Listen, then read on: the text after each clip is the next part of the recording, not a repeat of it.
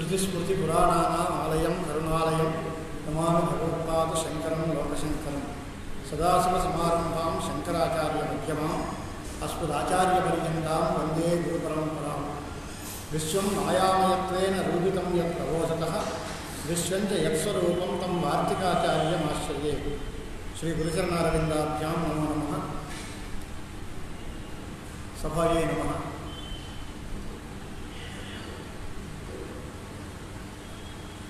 భగవత్పాద శంకరాచార్య ప్రణీతమైన శ్రీదక్షిణామూర్తి స్తోత్రం మనం చేసుకుంటున్నాం. దానిలో 3 శ్లోకాలు అయినాయి. 4వ శ్లోకానికి అవతారిక స్వయం ప్రకాశ యతీంద్రులు రాసినటువంటి అవతారికని ముందు చదువుకుని ఆ శ్లోకార్థం సరళంగా మనం చేసుకుని మానసోల్లాసంలోకి మనం ప్రవేశిద్దాం. శ్లోకం 4వ శ్లోకం మనకి జగత్ప్రసిద్ధమైన శ్లోకం.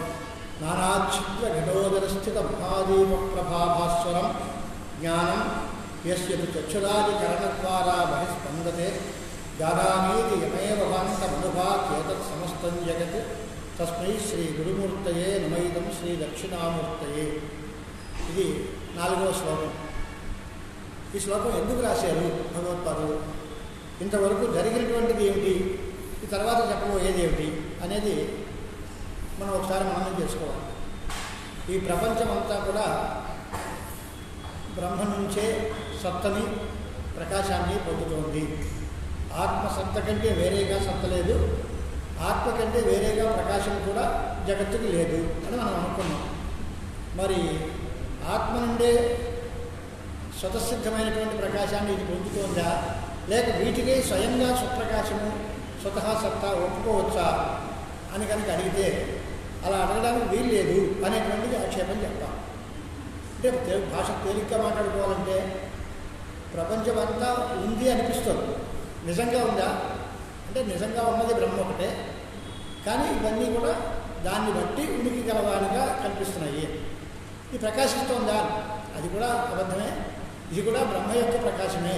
బ్రహ్మ ప్రకాశిస్తూ ఉంటే దాన్ని బట్టి ఇది కూడా ప్రకాశిస్తోంది అనేది సిద్ధాంతం మనం చేశాం. మధ్యలో పరమాణు కారణవాదం వైశేషికులు లేవదీశారు, సాంఖ్యులు ప్రధాన కారణవాదాలు లేవదీశారు. ఆ రెండు కూడా తప్పు అని. అంటే బ్రహ్మకారణవాదం బాగా స్థిరపడిపోయింది. ఇలా అయితే జ్ఞానం అంటే ఏమిటి, ఆ జ్ఞానానికి సాధనం ఏమిటి, దాని యొక్క ఫలం ఏమిటి అని శిష్యులు చేసిన ప్రశ్నలన్నిటికీ ఇంచుమించులో సమాధానాలు వచ్చేసాయి. జ్ఞానం అంటే జీవుడు బ్రహ్మము ఒకటే, ఉన్న వస్తువు ఒకే ఆత్మతత్వము అనేదే జ్ఞానం.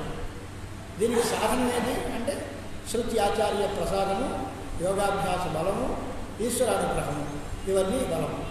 తత్వమస్యాది వాక్యాలు వింటే దానివల్ల అపరోక్ష జ్ఞానం కలుగుతుంది, అదే మోక్షము. మరి దీని ఫలం ఏమిటి అంటే తరది శోకం ఆత్మవితు, ఆత్మవేత్త శోకాన్ని దాటుతాడు, వాడికి మళ్ళీ పునర్జన్మ అనేది ఉండదు. ఈ సంసారంలో మళ్ళీ పుట్టడం చావడం అనేటువంటి ప్రమాదం లేకుండా హాయిగా పునరావృత్తి రహితమైనటువంటి స్థితిని పొందుతారు అనేది ఫలం చెప్పారు. అంచేత బ్రహ్మవేద బ్రహ్మైర్భవతి అనేది నా పునరావర్తతే, మళ్ళీ తిరిగి మళ్ళీ పుట్టడు అనేటువంటి అపునరావృత్తి అనే పునరావృత్తి లేకపోవడమే ఫలంగా చెప్పారు. శాస్త్రార్థం అయిపోయింది, ప్రశ్నలన్నింటికీ సమాధానాలు వచ్చేసాయి.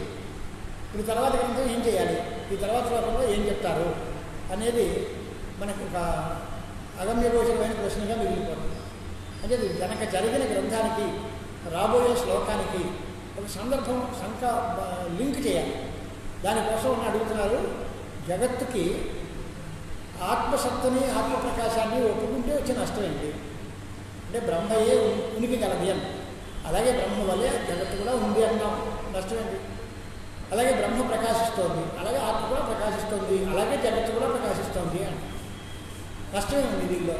ఈ బ్రహ్మ ఒక్కటే సత్తాస్ఫూర్తి కలది, జగత్తు లేనిది అంటున్నాం. అలా ఎందుకనాలండి? బ్రహ్మ ఎలా ఉందో ప్రపంచం కూడా అలాగే ఉంది, అనుభవంలో ఉంది. అలాగే బ్రహ్మ ఎలా ప్రకాశిస్తుందో అలాగే జగత్తు కూడా ప్రకాశిస్తోంది అని అనండి. ఆత్మలాగా సత్తా ప్రకాశములు దీనికి కూడా ఎందుకు ఒప్పుకోకూడదు అని ఎవరైనా ప్రశ్న చేస్తే దానికి సమాధానమే. అది ఈ శ్లోకంలో మనకు వస్తుంది. అని ఆత్మ వలె జగత్తుకి కూడా స్వతసిద్ధమైనటువంటి స్మరణం కానీ స్వతసిద్ధమైనటువంటి సత్త కానీ కలిగి ఉంటే వచ్చే నష్టం ఏమిటి అని అంటే ఉత్పత్తి వినాశాలు లేకపోవాల్సి వస్తాయి. ఆత్మ ఎలా నిత్యము, అది స్వయం ప్రకాశం గలది, స్వతహా ఉనికి గలది అంటే దానికి పుట్టుక లేదు, నాశం లేదు. ఇప్పుడు మీరు దానిలాగే అన్నారనుకోండి, దానిలాగే అంటే జగత్తుకు కూడా స్వతహాగా ఉనికి ఉంది, స్వతహాగా ప్రకాశం ఉంది, కాబట్టి దీనికి కూడా ఉత్పత్తి నాశము లేదు. అప్పుడు జగత్తు కూడా నిత్యమైపోయింది. జగత్తు నిత్యమైపోయింది అంటే మనందరం శాశ్వతంగా ఇక్కడే ఉండిపోవాలి, ఇలాగే ఉండిపోవాలి. అంతేతప్ప దీనిలోంచి బయటపడడం అనేది, జగత్తులోంచి పోయి మోక్షం పొందడం, ఇలాంటి శాస్త్రీయమైనటువంటి వ్యవహారాలు ఏమీ లేకపోవాల్సి వస్తాయి. పైగా బ్రహ్మకి ఏ రకమైన కరణాదులు ఏమీ అక్కర్లేదు, అది ఎప్పుడూ ప్రకాశిస్తూనే ఉంటుంది. మరి జగత్తు కూడా అలాగే ప్రకాశిస్తుంది అంటే దీనికి కూడా కరణాలు ఏం అక్కర్లేదా? అప్పుడు మనం కళ్ళు లేకుండా కూడా చూడాల్సి వస్తుంది. అపానిపాదో జవనో గ్రహీత అని అంత ఆత్మస్వరూపాన్ని చెబుతారు. ఆయన కాళ్ళు చేతులు లేవు, కానీ మహావేగంగా ప్రయాణం చేయగలరు. ఎక్కడుంటుంది? ఎక్కడ పడితే అక్కడే ఉంటుంది, ఏది పడితే అది తెలుసుకుంటుంది. అలాగే మనందరం కూడా తెలుసుకోగలమా? మనకి మన ఇంద్రియాలు పనిచేయకపోయినా లాభం లేదు. కళ్ళున్నా, భగవంతుడు ఇచ్చిన కళ్ళున్నా, కళ్ళజోడు లేకుండా కనపడకుండా ఉండే పరిస్థితుల్లో మనం ఉన్నాం. ఇది సర్వదా భానుప్రసంగ అని దోషం. బ్రహ్మలాగా సత్తాస్ఫూర్తుల్ని స్వతసిద్ధంగా కనుక జగత్తు ఒప్పుకుంటే అప్పుడు ఉత్పత్తి వినాశాలు లేకపోవాల్సి వస్తాయి, సర్వదా భానము కూడా చేయాల్సి వస్తుంది. అది రెండూ మనకు అనుభవంలో లేదు. ప్రపంచంలో ఉన్న వస్తువు ఒకప్పుడు కనిపిస్తోంది, ఒకప్పుడు కనపడలేదు. మనం అందరం అనుకునే మాట ఏంటి అంటే సూర్యుడు స్వయం ప్రకాశం కలవాడు. గ్రహణ సమయంలో సూర్యుడే కనిపించట్లేదు. ఇవాళ సూర్యగ్రహణం అనుకున్నాం, సూర్యగ్రహణంలో గ్రహణ సమయంలో సూర్యుడు కనపడిందా అంటే లేదు. ఎందుకు కనపడలేదు? స్వతహా ప్రకాశం ఉంది అంటే దాన్ని ఎవరో అడుగుతున్నారు. అది మళ్ళీ ఆ గ్రహణం విడిచిన తర్వాత మళ్ళీ బింబ దర్శనం అవుతోంది. ఇలాగా మనకు కనిపిస్తుంది కదా. ప్రపంచంలో ఉండేటువంటివి అన్నీ కూడా కదాచిత్ అంటే ఒకప్పుడు భాషించడం, ఒకప్పుడు తెలియబడకపోవడం, ఇలాంటివన్నీ ఉన్నాయి కనుక అలాగే బ్రహ్మ లాంటి ప్రకాశాన్ని కనుక అంగీకరిస్తే ఇవన్నీ కుదరవు. బ్రహ్మ ఎప్పుడూ స్వయం ప్రకాశంగా సర్వదా భాషిస్తూ ఉంటుందో అలాగే జగత్తు కూడా భాషించాల్సి వస్తుంది అని ఆక్షేపం. అది ఒప్పుకోవట్లేదు ఎవరు. అందుచేత జగత్తుకి స్వప్రకాశం లేదు. మరి బ్రహ్మప్రకాశం స్వప్రకాశమే అయితే అది ఎందుకు కనపడలేదు మనకి? ఇప్పుడు రివర్స్లో మళ్ళీ అక్కడ ప్రశ్నించచ్చుగా. జగత్తుకి స్వప్రకాశం ఒప్పుకుంటే ఇది ఒకప్పుడు ప్రకాశిస్తుంది, ఒకప్పుడు ప్రకాశించటం లేదు అని కుదరదు, ఎప్పుడూ ప్రకాశించాల్సి వస్తుంది అని ఆక్షేపం చెప్పారు. మరి బ్రహ్మకి స్వప్రకాశం ఒప్పుకుంటే బ్రహ్మ ఎప్పుడూ ప్రకాశించేదేగా, మనకు కనపడాలిగా. ఎందుకు కనపడలేదు? ఎప్పుడూ కనపడలేదు కదా. ముక్తులైన వాళ్ళకి జ్ఞానం కలిగిన తర్వాత బ్రహ్మసాక్షాత్కారం కలుగుతుంది, కానీ మామూలుగా ఉండేటువంటి సంసార దశలో మనందరికీ బ్రహ్మసాక్షాత్కారం కలగటం లేదుగా. మరి దీనికి సమాధానం ఏం చెప్పాలి అనంటే ఆత్మసత్తా ప్రకాశములు ఒప్పుకుంటున్నాం, దాన్ని బట్టే జగత్తు యొక్క సత్తా ప్రకాశములు ఉన్నాయి అంటున్నారు. అప్పుడు దీనికి కరణాలు ఏమీ లేకపోయాయి అని అంటున్నారు. అంటే బ్రహ్మ ప్రకాశించడానికి వేరే సాధనాలు అక్కర్లేదు, జగత్తులో వస్తువులు ప్రకాశించడానికి వేరే సాధనాలు కావాలి. ఇది కదా మీరు ఆక్షేపం చేసింది. అలాంటప్పుడు ప్రకాశరూపమైన ఆత్మ సంబంధం చేతే జగత్తు ఎప్పుడు ఎందుకు ప్రకాశించదు అని వాడు అడగచ్చు. మనం రెండు సిద్ధాంతాల్లో మీ సిద్ధాంతంలో లోటుపాట్లు ఏంటి, లేదా మీ చెప్పిన దానిలో లోటుపాట్లు ఏంటి అని పరిశీలించుకోవాలి. సిద్ధాంతం ఏమని చెప్తున్నాడు? బ్రహ్మ ఒక్కటే సర్వదా స్వప్రకాశము, దాని యొక్క ఉనికి శాశ్వతమైనది అని వాళ్ళు అన్నారు. ప్రపంచం కూడా అలాగే అవ్వచ్చు కదా అని పూర్వపక్షులు అడుగుతుంది. ప్రపంచం కూడా అలాగే ఉండొచ్చు కదా అంటే బ్రహ్మలాగా ప్రపంచానికి కూడా కారణాలు ఏమీ లేకుండా ప్రకాశించాల్సిన పరిస్థితి వస్తుంది. బ్రహ్మ యొక్క ప్రకాశానికి వేరే కారణాలు లేవు, అది ఎప్పుడూ ప్రకాశిస్తూనే ఉంటుంది. జగత్తు అలా లేదు, వేరే కారణాలు ఉన్నప్పుడు కొంతమందికి కొన్ని సమయాల్లో మాత్రమే ప్రకాశిస్తుంది తప్ప అప్పుడు ఎల్లవేళలా ప్రకాశించడం అనేది జగత్తులో మనం చూడలేదు. ఇది తేడా బ్రహ్మకి జగత్తుకి. ఈ జగత్తు యొక్క ప్రకాశానికి కారణం కావాలి కదా అని అడిగారంటే అలా ఏమక్కర్లేదు. కారణం అంటే ప్రకాశరూపమైన ఆత్మ ఉందిగా, ఆత్మ సంబంధం ఉంది జగత్తుకి, చాలు, దానివల్ల ప్రకాశిస్తుంది. ఓ వస్తువు దీపం మీద దీపకాంతి పడింది అనుకోండి వస్తువు మీద, ఆ వస్తువులో కాంతి ఉండక్కర్లేదు, ఆ కాంతి ప్రకాశిస్తుంది. ఎందువలన ఈ దీపకాంతి దాని మీద పడితే చాలు. దీపకాంతి పడినంత మాత్రాన జడమైన వస్తువులన్నీ ఎలా ప్రకాశిస్తున్నాయో అలాగే నిత్యస్వరూపము స్వయం ప్రకాశమైనటువంటి ఆత్మ యొక్క సంబంధం ఉండడం వల్ల జగత్తంతా ప్రకాశిస్తుంది. దీనికి వేరే కారణాలు ఎందుకు? ప్రకాశరూపమైన సంబంధం, ప్రకాశరూపమైన ఆత్మ యొక్క సంబంధం ఉంటే చాలు. మనకి మన మహానుభావుడు యోగుల చరిత్రలో అహింసా ప్రతిష్టాయాం తత్సన్నిధౌ వైరత్యాగ. గొప్ప మహానుభావులు అహింస వారి మూర్తీభవించిన వ్యక్తిగా ఉంటే వారి సన్నిధిలో ఉంటే చాలు. శాశ్వత విరోధం కలిగిన వాళ్ళు కూడా వైరాన్ని మరిచిపోయి హింస వదిలిపెట్టి అహింసలో శాంతిగా ఉంటారు. వీళ్ళలో శాంతి రావడానికి కారణం ఏంటంటే వీళ్ళ దగ్గర ఏం లేదు, ఆయన దగ్గర కూర్చోడమే. భగవాన్ రమణ మహర్షి దగ్గరికి చాలామంది వెళ్ళేవారు, ఏదో అన్నీ అడగాలి అని నోట్స్ రాసుకుని. అక్కడికి వెళ్ళిన తర్వాత ఏం అడగాలి అంటే ఏం అడగక్కలేదు, మా సందేహాలన్నీ తీరిపోయాయి, మా ప్రశ్నల సమాధానాలు వచ్చేసాయి. మూలం ఎక్కడుంది అంటే ఇదే మన మౌన వ్యాఖ్య ప్రకటిత పరబ్రహ్మతత్వం. ఇలా ఆయన దగ్గర కూర్చుంటే చాలు, సంశయాలు పోతాయి. మనం ఏం అడగక్కలేదు, ఆయన ఏం చెప్పక్కలేదు, మనం అడిగింది లేదు, ఆయన చెప్పింది లేదు. కానీ ఆయన సన్నిధానంలో కూర్చునేసరికి మనకి ఒక రకమైన ఆలోచన వస్తుంది, మన సందేహాలు దూరం అయిపోతాయి, మన అనుమానాలు తీరిపోతాయి. అలాంటి ఎలా కలిగిందండి, దానికి కారణం ఏమిటండి అని అడుగుతున్నాం మనం అని అంటే ఆయన దగ్గర ఉండదు. అదే చెప్తున్నాం, ఆత్మప్రకాశ సంబంధం అనేటువంటిది ఎప్పుడైతే ఉందో దానివల్లే జగత్తంతా భాషిస్తుంది, వేరే కారణాలు అక్కర్లేదు అని అంటే అప్పుడు కదాచిత్తం ఎలా ఉంటుంది. ఆత్మ సంబంధం ఎప్పుడూ ఉంది కదా, ఆత్మ ఎప్పుడూ ఉండేది. ఆత్మ యొక్క సంబంధం జగత్తుకి ఎప్పుడూ ఉంటుంది. అప్పుడు జగత్తు ఎప్పుడు ప్రకాశిస్తూనే ఉండాల్సి వస్తుంది. మరి కదాచిత్ అంటున్నారు, కదాచిత్ కాదు అంటున్నారు, దీనికి కారణం ఏమిటి అనేటువంటి మళ్ళీ ఇంకో ప్రశ్న వస్తుంది. దానికి సమాధానం కూడా మనం చెప్పుకోవాలి. అజ్ఞానస్య చైతన్యాతిరిక్త నివర్తక భావ తస్య అవిరోధిత్వ. అజ్ఞానము అనేటువంటి దానికి విరోధం ఏది అంటే చైతన్యం. చైతన్యం తప్ప మరో వస్తువు ఈ అజ్ఞానాన్ని పోగొట్టేది ఏమీ లేదు. ఆ చైతన్యము ఎప్పుడూ ఎల్లవెల్లా ఉండేది, దాని సంబంధం జగత్తుకు ఉంటూనే ఉంటుంది. అప్పుడు అజ్ఞానం పోవాలి, అందరికీ బ్రహ్మ చైతన్యం కనిపిస్తూనే ఉండాలి. అలాగే జగత్తు యొక్క ప్రకాశం కూడా కనిపిస్తూనే ఉండాలి. జగత్తు రెండు మాటలు, జగత్తు యొక్క భ్రాంతి అంటే కాంతి ప్రకాశము ఒకప్పుడు కలుగుతోంది, ఒకప్పుడు లేదు అనేది కాదాచిత్కత్వ వ్యవహారం అంటారు. ఒకప్పుడు ఉండడం, ఒకప్పుడు లేకపోవడం, ఈ పేచి ఎలా విడగొట్టాలి, అదే మిగిలిన ప్రశ్న. దానిలాగే దీనికి కూడా స్వతప్రకాశం ఒప్పేసుకుంటే అది ఎలా ప్రకాశిస్తుందో ఇది అలాగే ప్రకాశిస్తుంది. దానికి కారణాలు లేవు, దీనికి వేరే కారణాలు అక్కర్లేదు, దాని యొక్క సంబంధం ఉంటే చాలు. దాని సంబంధం ఎప్పుడూ ఉందిగా, మరి ఎప్పుడు కనపడాలిగా. ఒకప్పుడు కనపడి ఒకప్పుడు మాని ఇలా ఎందుకు ఉంది అనేది ఒక పేచి మిగులుతుంది. దానికి సమాధానం కోసం ఈ శ్లోకం వచ్చింది. నానాక్షంత్ర ఘటోదరస్థిత మహాదీప ప్రభాభాస్వరం జ్ఞానం యస్యతు చక్షురాధికరణ ద్వారా బహిస్పందతే జానామీతి తమేవాంతమనుభాత్యే తత్సమస్తం జగత్ తస్మై శ్రీ గురుమూర్తయే నమయిదం శ్రీ దక్షిణామూర్తయే. శ్లోకార్థం చూసుకుంటే ఆ ప్రశ్నలకు సమాధానం ఎలా వచ్చిందో మనకు తెలుస్తుంది. మామూలుగా చెప్పే మాట ఆఖరి మొత్తం మామూలుగా అలాంటి గురుస్వరూపమైన దక్షిణామూర్తి స్వామి వారికి నమస్కారము.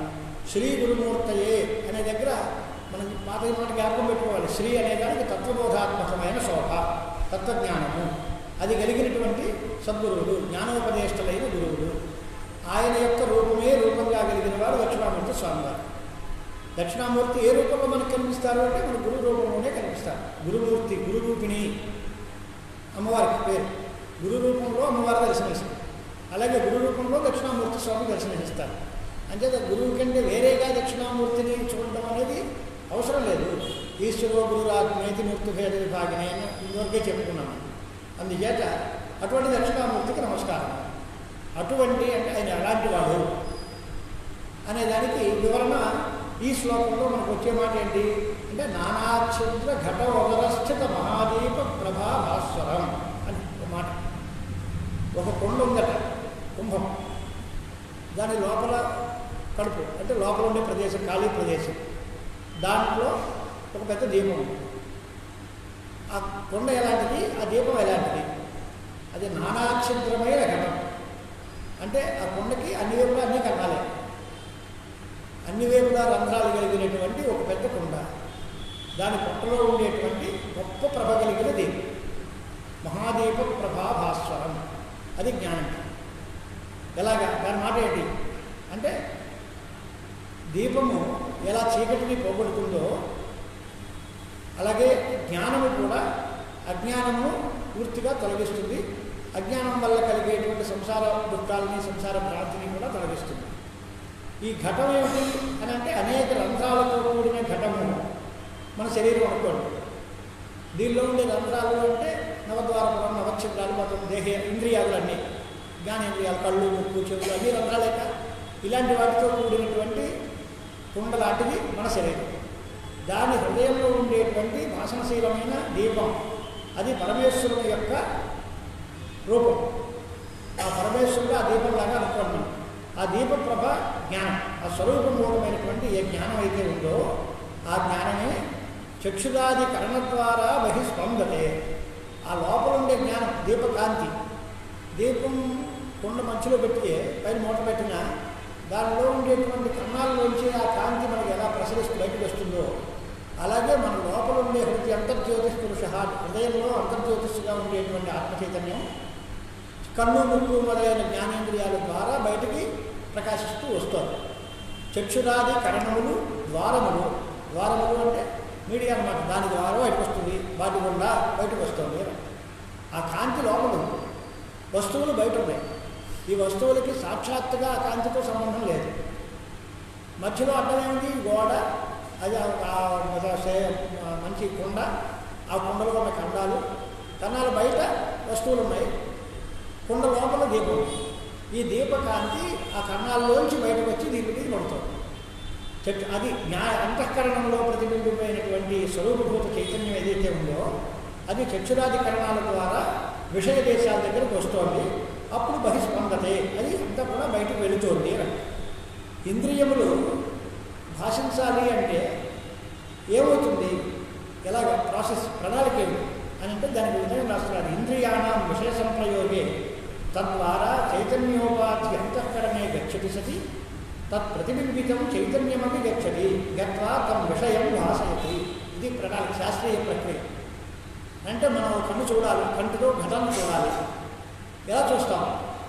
ఘటము అనేటువంటి జ్ఞానం మనకు ఎలా కలుగుతుంది అని అంటే అభిప్రాయం ఏంటి? లోపల మనకేమో చైతన్యం ఉంది, చక్షురింద్రియము విషయ దేశానికి వెళ్ళింది. తార్కికులు చెప్తూ ఉంటారు ప్రణాళిక. ఆత్మ మనసా సంయుజ్యతే, మన ఇంద్రియేణ ఇంద్రియమర్థేన తత ప్రత్యక్షం జ్ఞానం ఉత్పద్యతే అని ఒక ప్రణం చెప్తారు. అంటే చూడాలి అనే సంకల్పం కలిగితే మనస్సులో ఆత్మ మనస్సుతో సంబంధం చెందినట్టు. అప్పుడు మనస్సు మన ఇంద్రియాన్ని ప్రేరేపిస్తుంది. ఆ ఇంద్రియం ఆ విషయం దగ్గరికి వెళ్తుంది. ఆ ఇంద్రియం ఎప్పుడైతే ఆ విషయం దగ్గరికి వెళ్ళిందో ఆ ఇంద్రియము ద్వారా ఈ ఆత్మ చైతన్యం కూడా ఆ విషయం దగ్గరికి వెళ్తుంది. అప్పుడు ఈ చైతన్య ప్రతిబింబం ఆ విషయం మీద పడుతుంది. అప్పుడు దాని మీద చుట్టూ ఉండేటువంటి ఆ చీకటి తొలగి ఆ విషయం ప్రకాశిస్తుంది. ఇది కాంతి. అంటే మనం చీకట్లో వస్తువును చూడాలి అనుకుంటాం. మన చేతిలో బ్యాటరీ లైట్ ఉంటుంది. ఈ బ్యాటరీ లైట్ని ఆన్ చేసి మనం ఎక్కడ వేయాలో అటువైపు ఫోకస్ చేసి ఈ కాంతి దాని మీద పడేలా చేస్తాం. బ్యాటరీ లైట్ దాని అంతటా అదే తిరిగి దాని కాంతి అక్కడ పడుతుందా అంటే పడదు. ఆ బ్యాటరీ లైట్ ఫోకస్ చేసే మనుషుడు ఉండాలి. ఇది మనం ఆత్మ. మనం దేన్ని చూడాలనుకుంటామో అటువైపు ఆ దీపం పెట్టి మనం చూసినట్టుగా మనం ఏ వస్తువుని గుర్తించాలనుకుంటామో ఆ వస్తువుని గ్రహించగలిగిన ఇంద్రియాన్ని ప్రేరేపిస్తుంది మనస్సు. ఆ మనస్సుకి ఆ కంట్రోలింగ్ అథారిటీస్ అన్నీ ఇస్తుంది ఆత్మ. అంచేత ఆత్మ, మనస్సు, ఇంద్రియాలు ఈ వరుసలో ఆ విషయం దగ్గరికి వెళ్ళి ఈ చైతన్యం వెళ్తాం. దాని వేదాంతులు చెప్పేటువంటి మార్గం ప్రణాళిక ఏంటి అంటే మనం ఏదో మంచి జలాశయంలో నీళ్లు ఉంటాయి, పంట భూముల్లో పొలంలో నీరు పెట్టాలి. ఎలా వెళ్తుంది అని అంటే బోర్లో మోటార్ పెడతాం, ఆ మోటార్లోంచి వాటర్ పంపులోకి వెళ్తుంది, దానికి కాలువలు పెడతాం, ఆ కాలువలోంచి మడిచెక్కలోకి వెళ్తుంది, ఆ మడిచెక్క ఏ ఆకారంలో ఉంటే ఆ ఆకారంలో వెళ్తుంది. అది గుండ్రంగా ఉంటే పొలం చెక్క, అది గుండ్రంగానే నీరు వస్తుంది. అది చతురస్రంగా ఉంటే చతురంగానే ఉంటుంది. ఇది పొడుగ్గా ఉంటే పొడుగ్గా ఉంటుంది, పొట్టుగా ఉంటే పొట్టుగా ఉంటుంది. దానికి ఆ మార్గం, ఆ రూపం ఎలా వచ్చింది అంటే ఆ రూపం దాంది కాదు.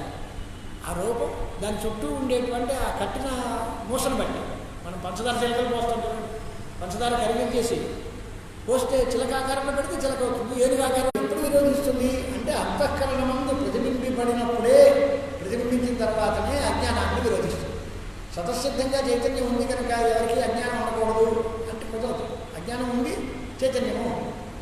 కానీ ఆ చైతన్యము ఈ అజ్ఞానాన్ని ఎప్పుడు తొలగిస్తుంది? దీపం ఉంది, వస్తువులు ఉన్నాయి, కానీ వస్తువులన్నీ ప్రకాశిస్తాయి. ఆ దీపం ఉంటే అంటే ఆ దీపకాంతి దీని మీద పడాలి కదండి. దీపం పక్క గదిలో పెట్టాము, చీకట్లో వస్తువులు పెట్టుకున్నాం, ఇక్కడ మాకు కనపడలేదండి అంటే ఎలాగా? పుస్తకంలో పెట్టాం, గదిలో పుస్తకం పెట్టి నేను ఇక్కడ ఉన్నాను అంటే పుస్తకం నాకు కనిపిస్తుంది, నేను చదువుతానంటే ఎలా చదువుతాం? మన కన్ను ఆ పుస్తకం మీద పడాలి. అది అంతఃకరణ ప్రతిబింబితం కావాలి. చైతన్యం శాశ్వతమే, దానిలో అభ్యంతరం లేదు. కానీ అది అంతఃకరణ ప్రతిబింబితం అయితేనే అజ్ఞాన యోజ అవుతుంది.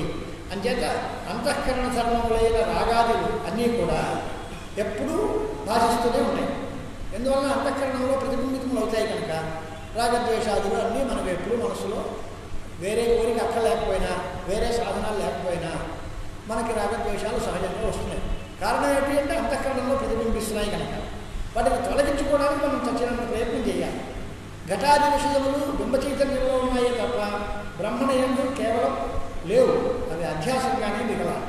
అందుచేత ఒకే రకమైనటువంటి ఏకోపాధి సంబంధాత్ అంతఃకరణే ప్రతిబింబయా అవస్థితేన సాక్షి చైతన్యేన ఘటాది అధిష్టాన చైతన్యం ఏకీభవతి. ఇంద్రియ విషయ చైతన్యము ఆత్మ చైతన్యము రెండు కలిసిపోవాలి.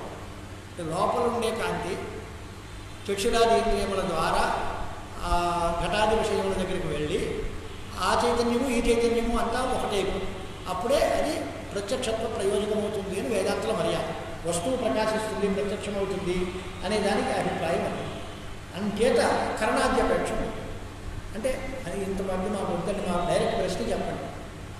చైతన్యము అంటే ఆత్మ వస్తువు, అది శాశ్వతము అన్నారు. విషయములు ఉన్నాయి, ఒకప్పుడు తెలుస్తున్నాయి, ఒకప్పుడు తెలియలేదు, ఎందుకు అని అడిగాను నేను. దానికి మీ సమాధానం ఏంటి చెప్పండి. రెండో ప్రశ్న ఏం చేశాను, ఆత్మ స్వయం ప్రకాశము అన్నారు. అలాగే వీటికి కూడా స్వయం ప్రకాశం చేస్తే దానికి కరణాలు అక్కర్లేదు, దీనికి కరణాలు కావాలి అన్నారు. దేనికి సమాధానం ఏంటి? కరణాద్యపేక్ష. ఈ రెండు ప్రశ్నలకి సమాధానం ఈ శ్లోకం చెప్తారు. చక్షురాది కరణ ద్వారా బహిస్పందతే. చక్షురాది కరణములు కనుక లేకపోతే ఈ బయట వస్తువులు ప్రకాశించవు, కనుక కరణాదులు అపేక్ష ఉంది. ఎందువల్ల అంటే అజ్ఞానము అనేటువంటి ఆవరణం ఏదైతే ఉందో ఆ ఆవరణం పోవడం కోసం, ఆవరణ భంగార్థ వృత్తికి అని వేదాంత సిద్ధాంతం. అజ్ఞానం అనేటువంటి ఆవరణం ఉంది. అంతకుముందు ఆ వస్తువు ఏమిటో మీకు తెలియలేదు. చూసాం, దీపం వేసాం, కంటితో బాగా పరిశీలించి చూసాం, పరికించి చూసిన తర్వాత ఇది ఫలానా అని గుర్తించాం. ఇందాకకి ఇప్పటికి తేడా ఏమొచ్చింది? ఆ వస్తువు అక్కడే ఉంది, ఇదివరకు ఉంది, ఇప్పుడు మనకి తెలియని పరిస్థితుల్లోనూ ఆ వస్తువు అక్కడే ఉంది, మనము అక్కడే. అప్పుడేమో దొరకలేదు, గుర్తించలేదు, కనపడలేదు, బాధపడతాం. మేము ఆ భయమో దొరికింది అన్న. ఇప్పుడు దొరికింది అన్నదానికి దొరకింది దొరకలేదు అన్నప్పటికీ వస్తువులో తేడా ఏముంది? మార్పేం లేదుగా. ఎక్కడ దొరికిందో అక్కడ ఇదివరకు అక్కడే ఉంది కదా. దొరకలేదు అనుకున్నప్పుడు ఆ వస్తువు అక్కడే ఉంది.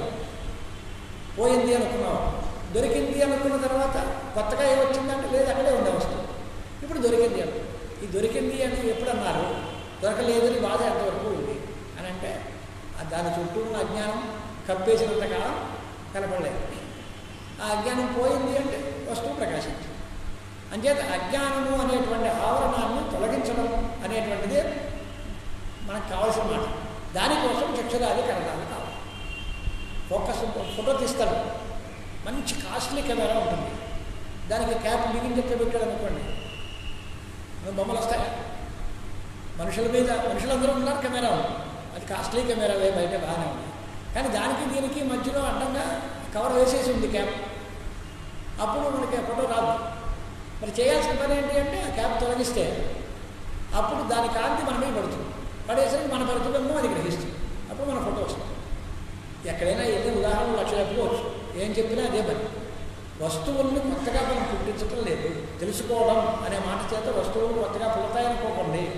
ఉన్న వస్తువే అంతకుముందు అజ్ఞానంలో లేదని మనం ఏదైతే భ్రాంతి ఉందో అది పోయి ఉంది అనేటువంటి నిజం గుర్తింపబడుతుంది.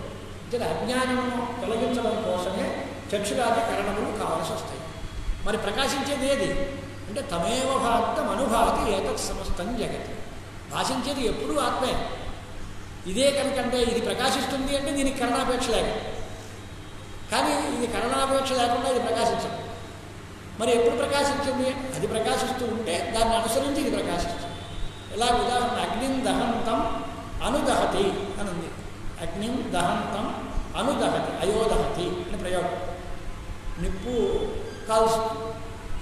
ఇనపకుండా ఓ ఇనప గుండు ఉందనుకోండి, అది ముట్టుకుంటే కాలుతుందా అంటే కాదు. కానీ దాన్ని బాగా కాలిస్తే అగ్ని సంయోగం దాని ఏంటి ఉంటే బాగా వేడెక్కితే అప్పుడు దాన్ని ముట్టుకుంటే మనకి దాహం ఉంటుంది. అంటే ఈ అయస్సు అంటే ఇనం ముక్క మనకి కాలుస్తుందా లేదా అంటే ఒరిజినల్గా కాల్చదండి. కానీ అది బాగా కాల్చిన తర్వాత కాల్చిన ఇనముద్ద అయితే మన దహింపజేస్తుంది. ఇంత దహింపజేసే శక్తి ఎక్కడుంది? అగ్నిలో.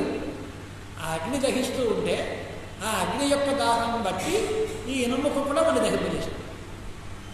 ఇంటి ఆయన తిరిగితే పక్క వాళ్ళు పత్తి తిట్టారంటారు పేర్లు కదా. ముందు అసలు తిట్టడం ఇక్కడ ప్రారంభిస్తే తక్కువ వాళ్ళు అందరూ తిడతారు. ఈయన మంచివాడు అంటే తక్కువ వాళ్ళు అందరూ మంచివాళ్ళే అంటారు. అంటే ముందు ఎక్కడ అని అంటే ఆత్మ చైతన్యమే ఆయన ప్రకాశిస్తాం. తమేవ భాంతం అనుభాతి సర్వం తస్య భాష సర్వమిదం విభాతి. ఈ జగత్తంతా భాషిస్తోంది అంటే మాకు ప్రతిపత్తి లేదు, కానీ స్వతంత్రంగా కాదు, ఎప్పుడూ కాదు. ఒకప్పుడు మాత్రమే అది కూడా బ్రహ్మ యొక్క కాంతికి లోబడే భాషిస్తుంది. ఇది అనుభాతి, అనుభానం అనే దానికి అర్థం అనుసరించి భాషించుట. అంటే ఇప్పుడు వాళ్ళు ఏదైనా చెప్పండి అన్నారు అనుకోండి, చాలామంది చూస్తూ ఉంటాం మనం. నువ్వు స్వయంగా చెప్పాలంటే అలాగదండి, పక్కవాడు చెప్తే నువ్వు కూడా గొడవలాడతావు. నువ్వు చెప్తున్నావు కదా, నువ్వు చెప్పు. అప్పుడు నేను ఒక్కడిని చెప్పలేనండి, ఎవరైనా పక్కన కలిపితే గొంతు కలుపుతానండి. వాడు పాడుతూ ఉంటే వాడు వెనకాల నేను పాట పాడతాను, వంత పాట. ఈ వంత పాట పాడినట్టుగా అనుప్రకాశం, అనుభావం అని అంటే స్వతసిద్ధమైన భావం లేదు. కానీ పక్కవాడు చెప్తూ ఉంటే దాన్ని బట్టి నేను కూడా గుర్రొడ్డి నేను చెప్పినట్టుగా అవన్నీ చేస్తాను. అలాగే జగత్తు యొక్క భాంతి అంతా బ్రహ్మ యొక్క భానమును బట్టి, భానం అనేటువంటిదే ఈ శ్లోకంలో మనం తమేవ భాంతం అంటే ప్రకాశిస్తున్న దాన్ని బట్టి అనుసరించి తదనుభావం దాన్ని అనుసరించినటువంటి ప్రకాశం దీని ఎంతంతా ఉంది. కనుక ఆ సాక్షి చైతన్యము చేత అజ్ఞానం తొలగితే అప్పుడు ఘటాది విషయం భాషిస్తుంది. ఆ సాక్షి చైతన్యం లేకపోతే ఆ అంతఃకరణ ప్రతిబింబం లేదు, అప్పుడు అజ్ఞానం తొలగకపోతే జగత్తు అలాగే ఉంటుంది. అందుకని ఇక్కడికి దానికి ముడెట్టాడు అంటే ఆ బ్రహ్మప్రకాశం ఒప్పుకోవాలి, దానివల్ల అజ్ఞానం తొలగాలి, అప్పుడు ఇది ప్రకాశిస్తుంది. దీనిలో కొత్తలో అంటే ఏంటి, జగత్తంతా దాని అందే అధ్యస్తమైంది కనుక దానిని అజ్ఞానం ఆవరించేస్తే ఆ లైట్ మన మీద పడదు. లైట్ పడకపోతే మనకి ఏమీ ప్రకాశం లేదు. అలా కాకుండా ఈ ఆవరించిన అజ్ఞానాన్ని తొలగించడానికి ఒక కాంతి కావాలి.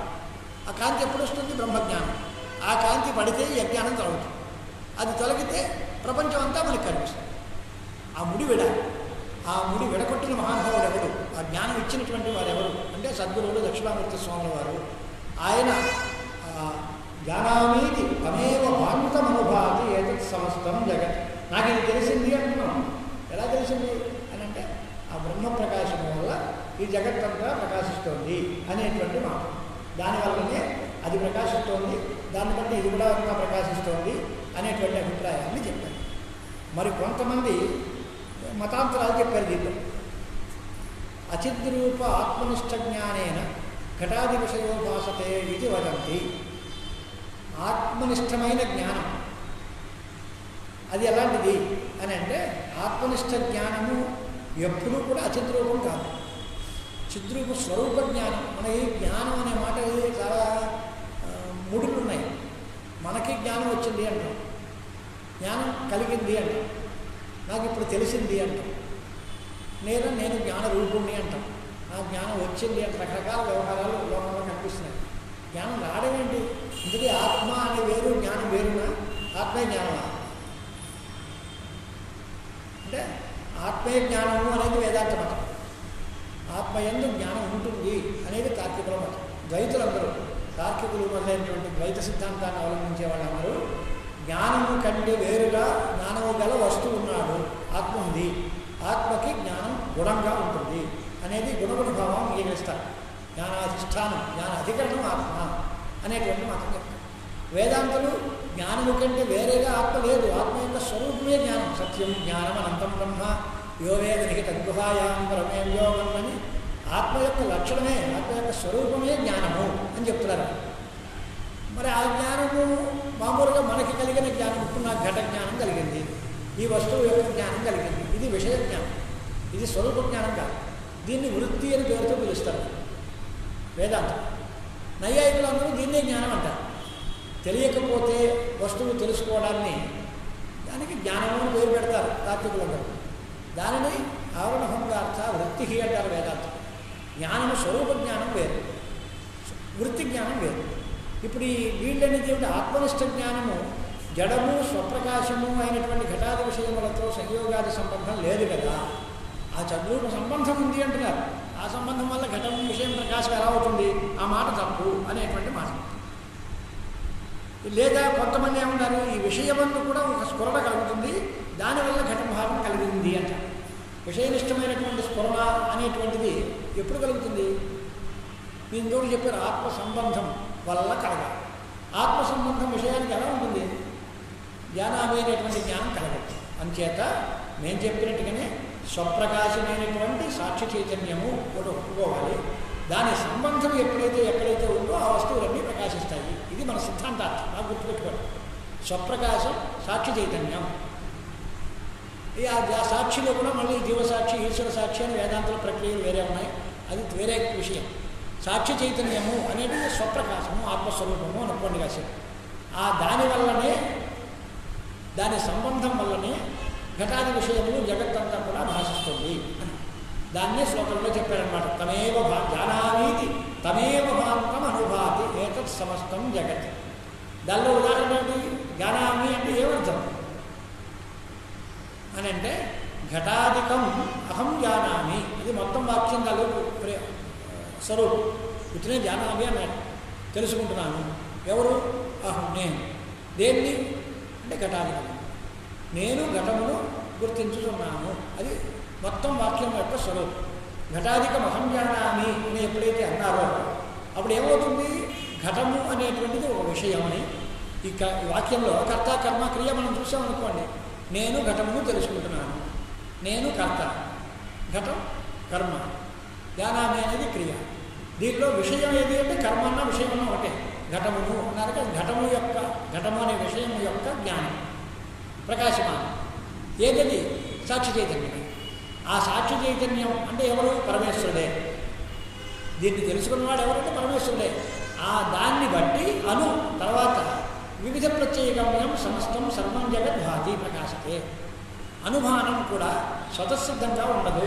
అగ్నిం దహంతం అయోదహతి, దహంతం అనుదహతి, అగ్నిం దహంతం అనుదహతి. అలాగే వాయుం వహంతం అనువహతి. భాష్యకాల ప్రయోగాలు శంకరాచార్య గారు చూపించిన మార్గం. ఒక పెద్ద గాలి వెళ్తోంది, ఆ గాలిలో అక్కడ ఉండేటువంటి పేపర్లు, కాగితాలు, ఫోటో, ఇవి చెత్త చెదారం అంతా పరిగెడుతోంది. వీటన్నిటికీ స్వయంగా పరిగెట్టే శక్తి ఉందా అంటే లేదు. ఆ గాలి ఎంత స్పీడ్లో వెళ్తుందో అంత స్పీడ్లోనే ఈ వస్తువులన్నీ కూడా వెళ్తాయి. భౌమం రజ, భూమి కాదు పార్థివమైనటువంటి చెత్త చెదారం లాంటిది ఈ సామగ్రి. ఈ సామగ్రి స్వయంగా కదలలేదు, కానీ మంచి గాలి వస్తే ఆ గాలితో ఇవన్నీ కొట్టుకెళ్తాయి. కొట్టుకెళ్తే ఇవన్నీ కూడా అంత వేగంగానే ప్రయాణం చేస్తాయి. ఈ ప్రయాణం చేసే శక్తి వీటికి ఉందా? అక్కడ ఉండేటువంటి ఆకులు, విస్తరాకులు, లేకపోతే పేపర్లు, అక్కడ ఉండే వస్తువులు, అవన్నీ పరిగెడతాయా? గాలికి రెక్కలు వచ్చాయా, పరిగెట్టాయా అంటే అవేమీ పరిగెట్టలేదండి. వాయువు వీచింది, ఆ వాయువు వెనకాల ఇవన్నీ పరిగెట్టాయి. గాలి కొట్టుకుపోయాయి అంటామే మనం. గాలికి కొట్టుకుపోవడం అంటే గాలి బాగా వీస్తూ ఉంటే దానికి లోబడి దాని వెంట ఇవన్నీ కూడా వెళ్తాయి. ఆ గాలి ఎటువైపు వెళ్తే అటువైపే వెళ్తాయి, కానీ రివర్స్లో మళ్ళీ వెళ్ళగలమా అంటే వెళ్ళలేము మనం. అది ఎటు వెళ్తే దానికి అనుగమనం కూడా వెళ్ళటం, కూడా ప్రకాశించడం, ఇది లోక వ్యవహారం. అలాగే సాక్షి చైతన్యం ప్రకాశిస్తూ ఉంటే దాన్ని అనుసరించి జగత్తు కూడా ప్రకాశిస్తూ ఉంది అని చెప్పారు. అంచేది ఇప్పుడు ఏమైందనమాట, జగత్తుకి స్వప్రకాశం ఉందా లేదా అంటే లేదని ఆటోమేటిక్గా తేలిపోయిందిగా. ఆత్మకే స్వతహా సత్తాస్ఫురణాలు, జగత్తుకి లేవు. జగత్తు యొక్క సత్తాస్ఫురణాలు ఆత్మ యొక్క సత్తాస్ఫురణాలకి అధీనంగా ఉన్నాయి అని ఆ ప్రశ్నకి సమాధానంగా ఈ శ్లోకాన్ని రాశారన్నమాట ఆచార్య స్వామి వారు. ఇప్పుడు ఒక మనసులో క్లారిటీ వచ్చినట్టే. బ్రహ్మ జగత్తు రెండు వస్తువులు, రెండింటిలోనూ కూడా వివేచనం మొదలుపెట్టాము. బ్రహ్మ వస్తువు నిత్యము, స్వప్రకాశము, సర్వదా భాషించేటువంటిది, వేరే వస్తువుల యొక్క అపేక్ష లేనిది, స్వతహాగా ఉనికి గలది అని దాని స్వరూపాలు. జగత్తు ఇది జడము, దీనికి భారం లేదు, కానీ ఆత్మభావాన్ని బట్టి భాషిస్తూ ఉంటుంది. కదాచిత్ కలుగుతుంది, కదాచిత్ ఉండదు. ఎప్పుడు ఉంటుంది, ఎప్పుడు ఉండదు అంటే ఎప్పుడు దీని అజ్ఞానం తొలగుతుందో అప్పుడు. ఆ సాక్షి చైతన్యం యొక్క సంబంధం దీని మీద పడినప్పుడు ఈ అజ్ఞానం తొలగితే ఆ వస్తువు తెలిసినట్టు ఉంటుంది, లేకపోతే తెలియదు. దీని యందు స్వతహాగా సత్తా ప్రకాశమును మనం ఒప్పుకోవడం లేదు అనేది అభిప్రాయం. ఇక మానసోల్లాసంలో మనం వెళితే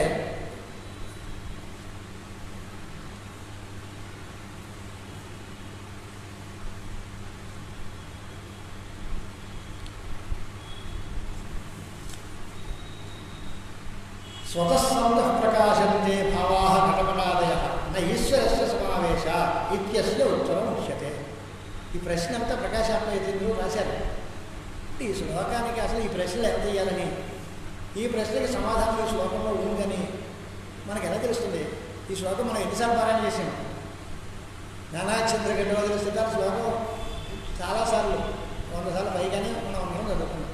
ఈ శ్లోకం ఎందుకు రాశారు ఆచార్యుల వారు అని ఎప్పుడైనా ఎవరైనా అడిగామనుకోండి, మనందరూ మనం దీనికోసం చెప్పారండి అని ఎప్పుడైనా అడగాలంటే మనకు తెలియదు. ఆ ముడి విడగొట్టాలి. గురు కటాక్షం పొందినటువంటి మహానుభావులు అంతటి జ్ఞాన సంపన్నులు కనుక సురేశ్వరాచార్యుల వారు దాన్ని ముడి విడగొట్టారు. ముందు ఆయన ప్రశ్న చేశారు, స్వతః సంతః ప్రకాశంతే భావాః ఘటపటాదయః నా ఈశ్వరస్య సమావేశ. ఇది పూర్వపక్షం. స్వతఃసిద్ధములు ఘటాది భావ పదార్థములు అన్నీ కూడా స్వతః సంతః ప్రకాశంతే భావ. ఇది పూర్వపక్షం. అంటే అభిప్రాయం, జగత్తులో ఉండే ఘటపటాది వస్తువులన్నిటికీ కూడా స్వతహాగా సత్త ఉంది, అంటే అవన్నీ ఉనికి గలవి, అవి ప్రకాశంతే ప్రకాశము గలవి అనేటువంటిది పూర్వపక్షి అభిప్రాయం. ఇత్యస్య ఉత్తరం ఉచ్యతే. సమాధానం ఏంటి? సమాధానం ఎలా చెప్పాలో మళ్ళీ కన్ఫ్యూజన్ మనకి. అంటే దానికి కూడా ముందు అర్థం చేస్తారు దారి. నా ఈశ్వరస్య సమావేశాత్ అని వాళ్ళు అడిగారు. ఈశ్వరుడు యొక్క సంబంధం లేకుండా ఇవన్నీ భాషిస్తాయి అనేది వాడు ప్రశ్న చేశాడు. సమాధానం దొంగాడు నాకు నన్ను కొట్టకోనట్టుకే కదా. ఈశ్వరుడు యొక్క సమావేశం లేకుండానే స్వయంగా ప్రకాశిస్తాయి అని వాళ్ళు అంటున్నారు. కాదు, ఈశ్వర సమావేశం వల్లే ప్రకాశిస్తాయి అని సమాధానం. అనేది ప్రశ్నని, ఆ ప్రశ్న తాలూకు గుడిని కూడా రెండు విడగొట్టిన మార్గం కూడా ఆయనే చెప్పేస్తున్నారు. మనం ఈశ్వరుడు యొక్క సంబంధం లేకుండా, అంటే బ్రహ్మ చైతన్య సంబంధం లేకుండా ఈ ఘటపటాది వస్తువులన్నీ స్వప్రకాశము వెలుగుంటాయి అనేది పూర్వపక్షి భావం. సిద్ధాంతంలో అవి స్వతహాగా కాదు, ఈశ్వర సమావేశం వల్లనే భాషిస్తున్నాయి అనేది సమాధానం. తదేవం త్రివిశ్లోకైస్తత్వం పదార్థం సంశోధ్య తదైక్యం వాక్యార్థ ప్రతిపాదిత. ఉత్తర గ్రంథానికి సంబంధం చెప్తున్నారు. శాస్త్రీయమైన మార్గం. మీరంతా ఎంతో పుణ్యవంతులు, నాను అదృష్టవంతుడు. మిమ్మల్ని కూర్చోబెట్టి నేను ఇది చదువుకోవడానికి అవకాశం వచ్చింది. న్యాయంగా శాస్త్రీయ ప్రణాళికలో ఉపన్యాసాలు ఎవరు వినే అలవాటు ఉండదు. మరి ఎందుకు మొదలెట్టారండి? ఎవరు విన్నారని తెలిసి ఎందుకు మొదలెట్టారు అంటే, ఇప్పుడు నా కోసం మనం ఒకసారి సురేశ్వరాచార్య గ్రంథాన్ని మనం చేసుకోవాలి.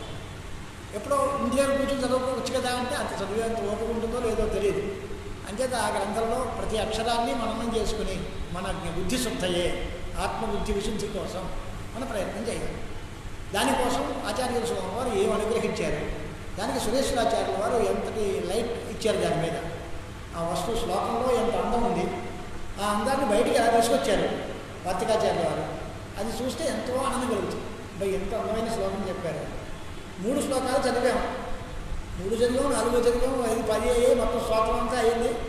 ఎక్కడ ఎందుకు ఆగింది, ఎక్కడితో ఏ విషయం అయిపోయింది, మళ్ళా ఎందుకు వచ్చింది అనే ప్రశ్నే మనకు పుట్టదు.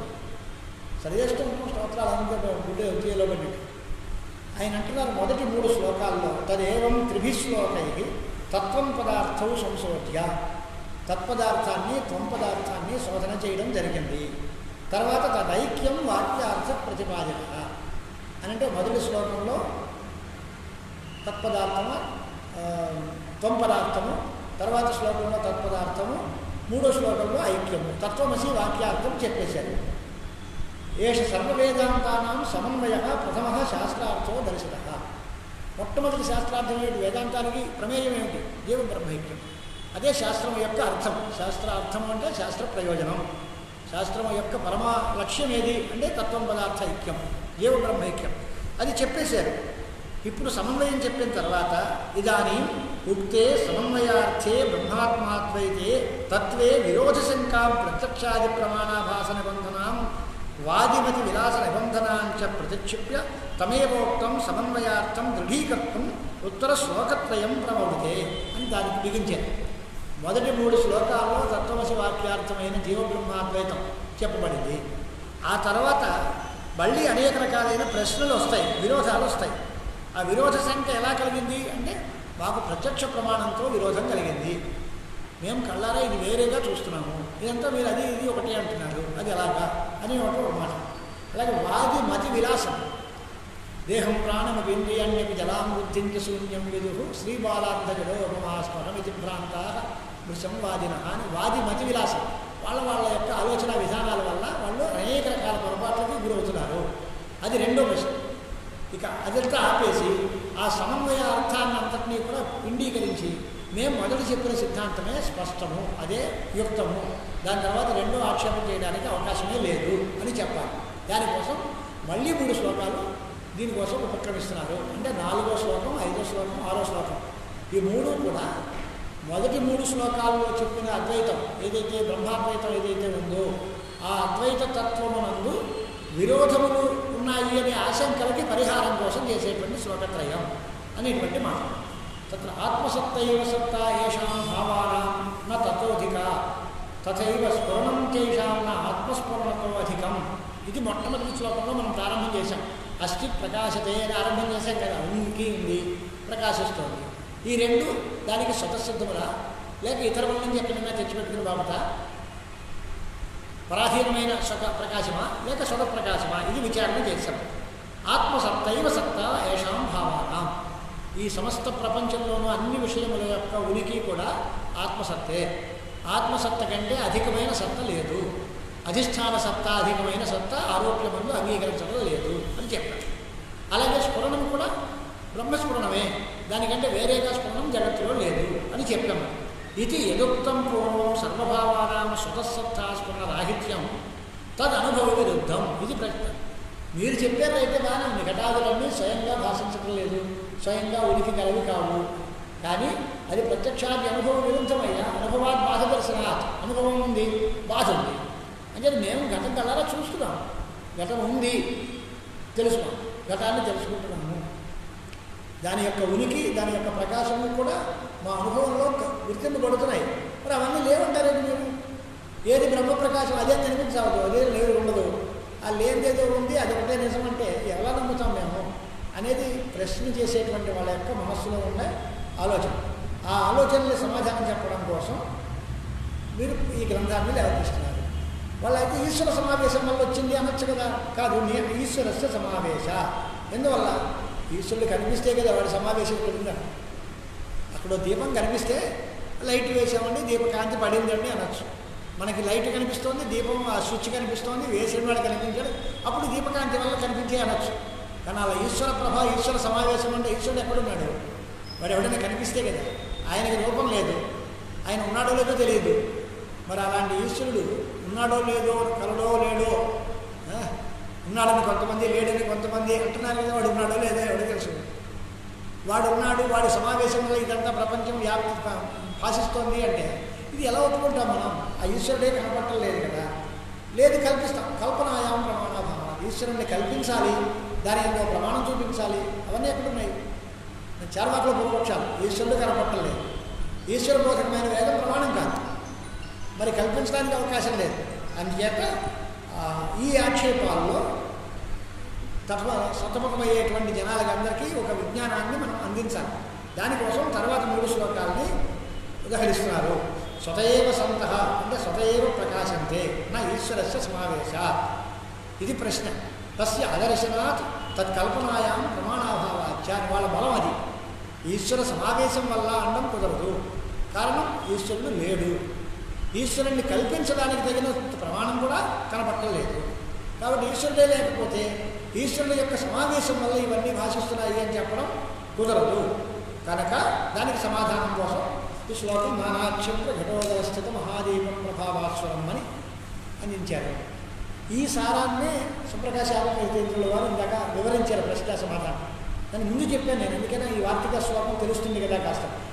అంటే ఏ మాట మాట్లాడినా మొట్టమొదటి ఆలోచన ఏమిటి అంటే ఇది ఎందుకు చెప్పారు అని ముందు తెలుసుకోవాలి. తర్వాత ఏం చెప్పారు, తర్వాత ఈ చెప్పడం వల్ల మనకు మొదట కలిగిన శంక పోయిందా లేదా, అప్పుడు మనస్సుకు పూర్తిగా అర్థమవుతుంది ఆ విషయం. ఇది ఎందుకు చెప్పారో తెలియదు, చదివితే వచ్చే లాభం ఏంటి? ఏమోనండి. ఎందుకు చదివామండి? ఏమోనండి అంటే చదివేది ఈ శ్లోకం ఎందుకు చెప్పారు అనేది నీకు చర్చ ఉత్తరం ఇచ్చదే. ప్రశ్న తెలియాలి, ప్రశ్నకి సమాధానం చెప్పాలి. ఈ సమాధానం చెప్పిన తర్వాత ఆ ప్రశ్నకి మనకి ఆన్సర్ దొరకాలి. అంతేగాని అన్యత్పుష్టం అన్యదుత్తరితం అంటే అడిగింది వేరు చెప్పింది వేరు అంటే అది బాగుండదు. ఏది అడిగాడో దానికి ఆన్సర్ రావాలి. అంటే దీనిలో ఈ శ్లోకంలో చెప్పినటువంటి సమాధానం పైన ప్రశ్నని పోగొట్టిందా లేదా, ఈశ్వరుడు ఉన్నాడా లేదా, ఈశ్వరుడు ఎందు సాధకమైన ప్రమాణం ఉందా లేదా, ఆ ఈశ్వర సమావేశం వల్లే ఇవన్నీ భాషిస్తున్నాయి అనే విషయం ఎలా తెలుస్తుంది, వీటినన్నింటినీ మనం రుజువు చేసుకోవాలి. అప్పుడు తమేవ భాంతం అనువాది సర్వం అనే మాట కుదురుతుంది. అది చెప్పాలి అంటే ఉపనిషత్ విజ్ఞానం అంతా మనకు బాగా కావాలి. ఆ బ్రహ్మ చైతన్యం స్వప్రకాశము, దాని కాంతి శాశ్వతంగా ఉంది, ఆ కాంతికి లోబడే ఇవన్నీ ప్రకాశిస్తున్నాయి. ఈ మాటలు నీకెలా తెలుసు, నీకు ఈశ్వరుడు కనపడ్డ కదా అంటే వేదం ప్రమాణం ఉంది, శృతి ప్రమాణం చేత ఒప్పుకుంది. ఆయన ఆత్మచైతన్యం స్వప్రకాశము అనే మాట మనకి నవత్ర సూర్యో భాజ నిచంద్రతారకం నేమా విద్యుతో భాంతితో యమగ్ని అని ఉపనిషత్తు చెప్పింది. స్వేనైవ జ్యోతిష ఆస్తే అని ఉపనిషత్తు చెప్పింది. మనకి ఉపనిషత్ విజ్ఞానమే ప్రమాణము. ఉపనిషత్ సిద్ధమైన పరమాత్మ ఉన్నాడు, ఆ పరమాత్మ యొక్క సమావేశం వల్లనే ఘటపటాది వస్తువులన్నీ భాషిస్తున్నాయి అనేది మన సమాధానం. ఎలా చెప్తామో చూద్దాం. నానా ఛిద్రఘటోదర స్థిత మహాదీపం ప్రభాభాస్వరం, దానికి వివరణం రాస్తున్నారే. నానా అంటే అనేకాని, నానా అనే శబ్దం వినయభ్యాం నానాయ వన్యవరస్యాం అని, వినా నానా అని రెండు అవ్యయం. నానా అనే దానికి అనేకములైన అని అర్థం.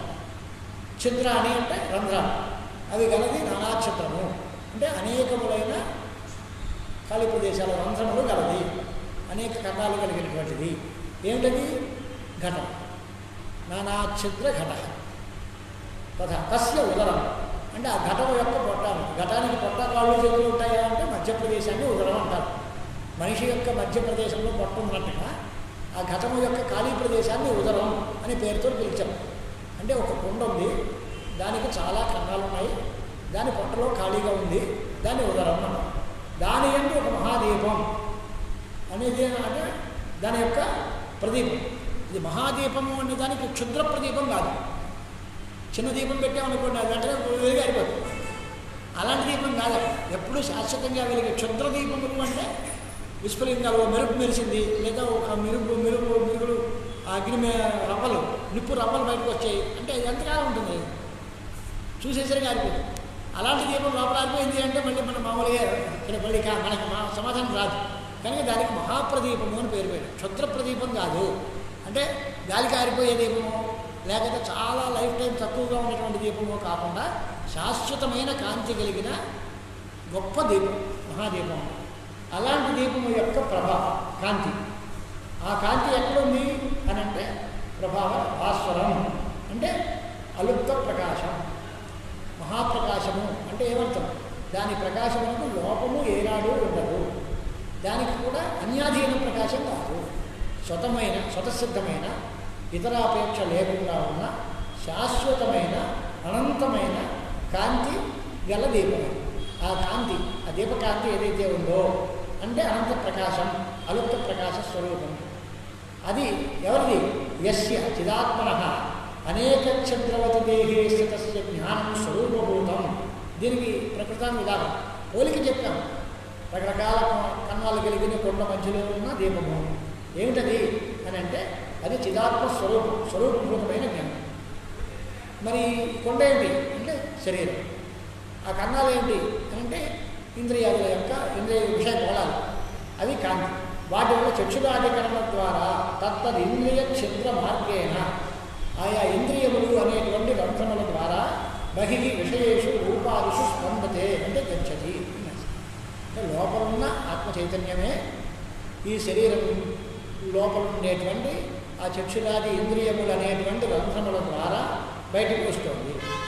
యథా ఘటఛిద్రేభ్యః విప్రసృతాః దీపప్రభాః తత్సన్నిహితాన్ విషయాన్ ప్రాప్య తదాకారాः సత్యః తద్గత తమః అభిభవంతి. ఉదాహరణ, ఒక కొండలో దీపం పెట్టి మన మామూలుగా లోకంలో ప్రసిద్ధంగా ఉంది ఆకాశ దీపం పెడుతూ ఉంటాం. కార్తీక మాసంలో మనం చూస్తాం. ఆ ఆకాశ దీపంలో దీపకలశం పెడితే దాని నిన్న చుట్టూ అన్ని కన్నాలు ఉంటాయి. మన శరీరంలో అయితే నవద్వార పురేదేహి అంతే 9, కానీ ఆ కొండకి లెక్కలేనని దీపకండాలు పెట్టేస్తారు. ఆ కాంతికి ఈర్త లేదు, ఇన్ని సంఖ్యలో కన్నాలు ఉండాలి ఏం లేదు. పెద్ద కొండ అయితే ఇంకా ఎక్కువ కన్నాలు ఉంటాయి, చిన్న కొండ అయితే తక్కువ కన్నాలు ఉంటాయి. దీపాలు పెట్టి కాంతి, ఆ దీపకాంతి బయటికి రావడానికి వీలుగా, గాలి ప్రసరించి ఆరిపోకుండా వీలుగా దాన్ని అలాగా నిర్మాణం చేస్తారు. అలాంటి దీపం కాంతి బయటకు వచ్చింది అనుకోండి, ఎటువైపు కన్నం ఉండి ఎటువైపు ఆ కన్నంలోంచి కాంతి బయటకు వచ్చిందో అటువైపు వస్తువులు మాత్రమే ప్రకాశిస్తాయి.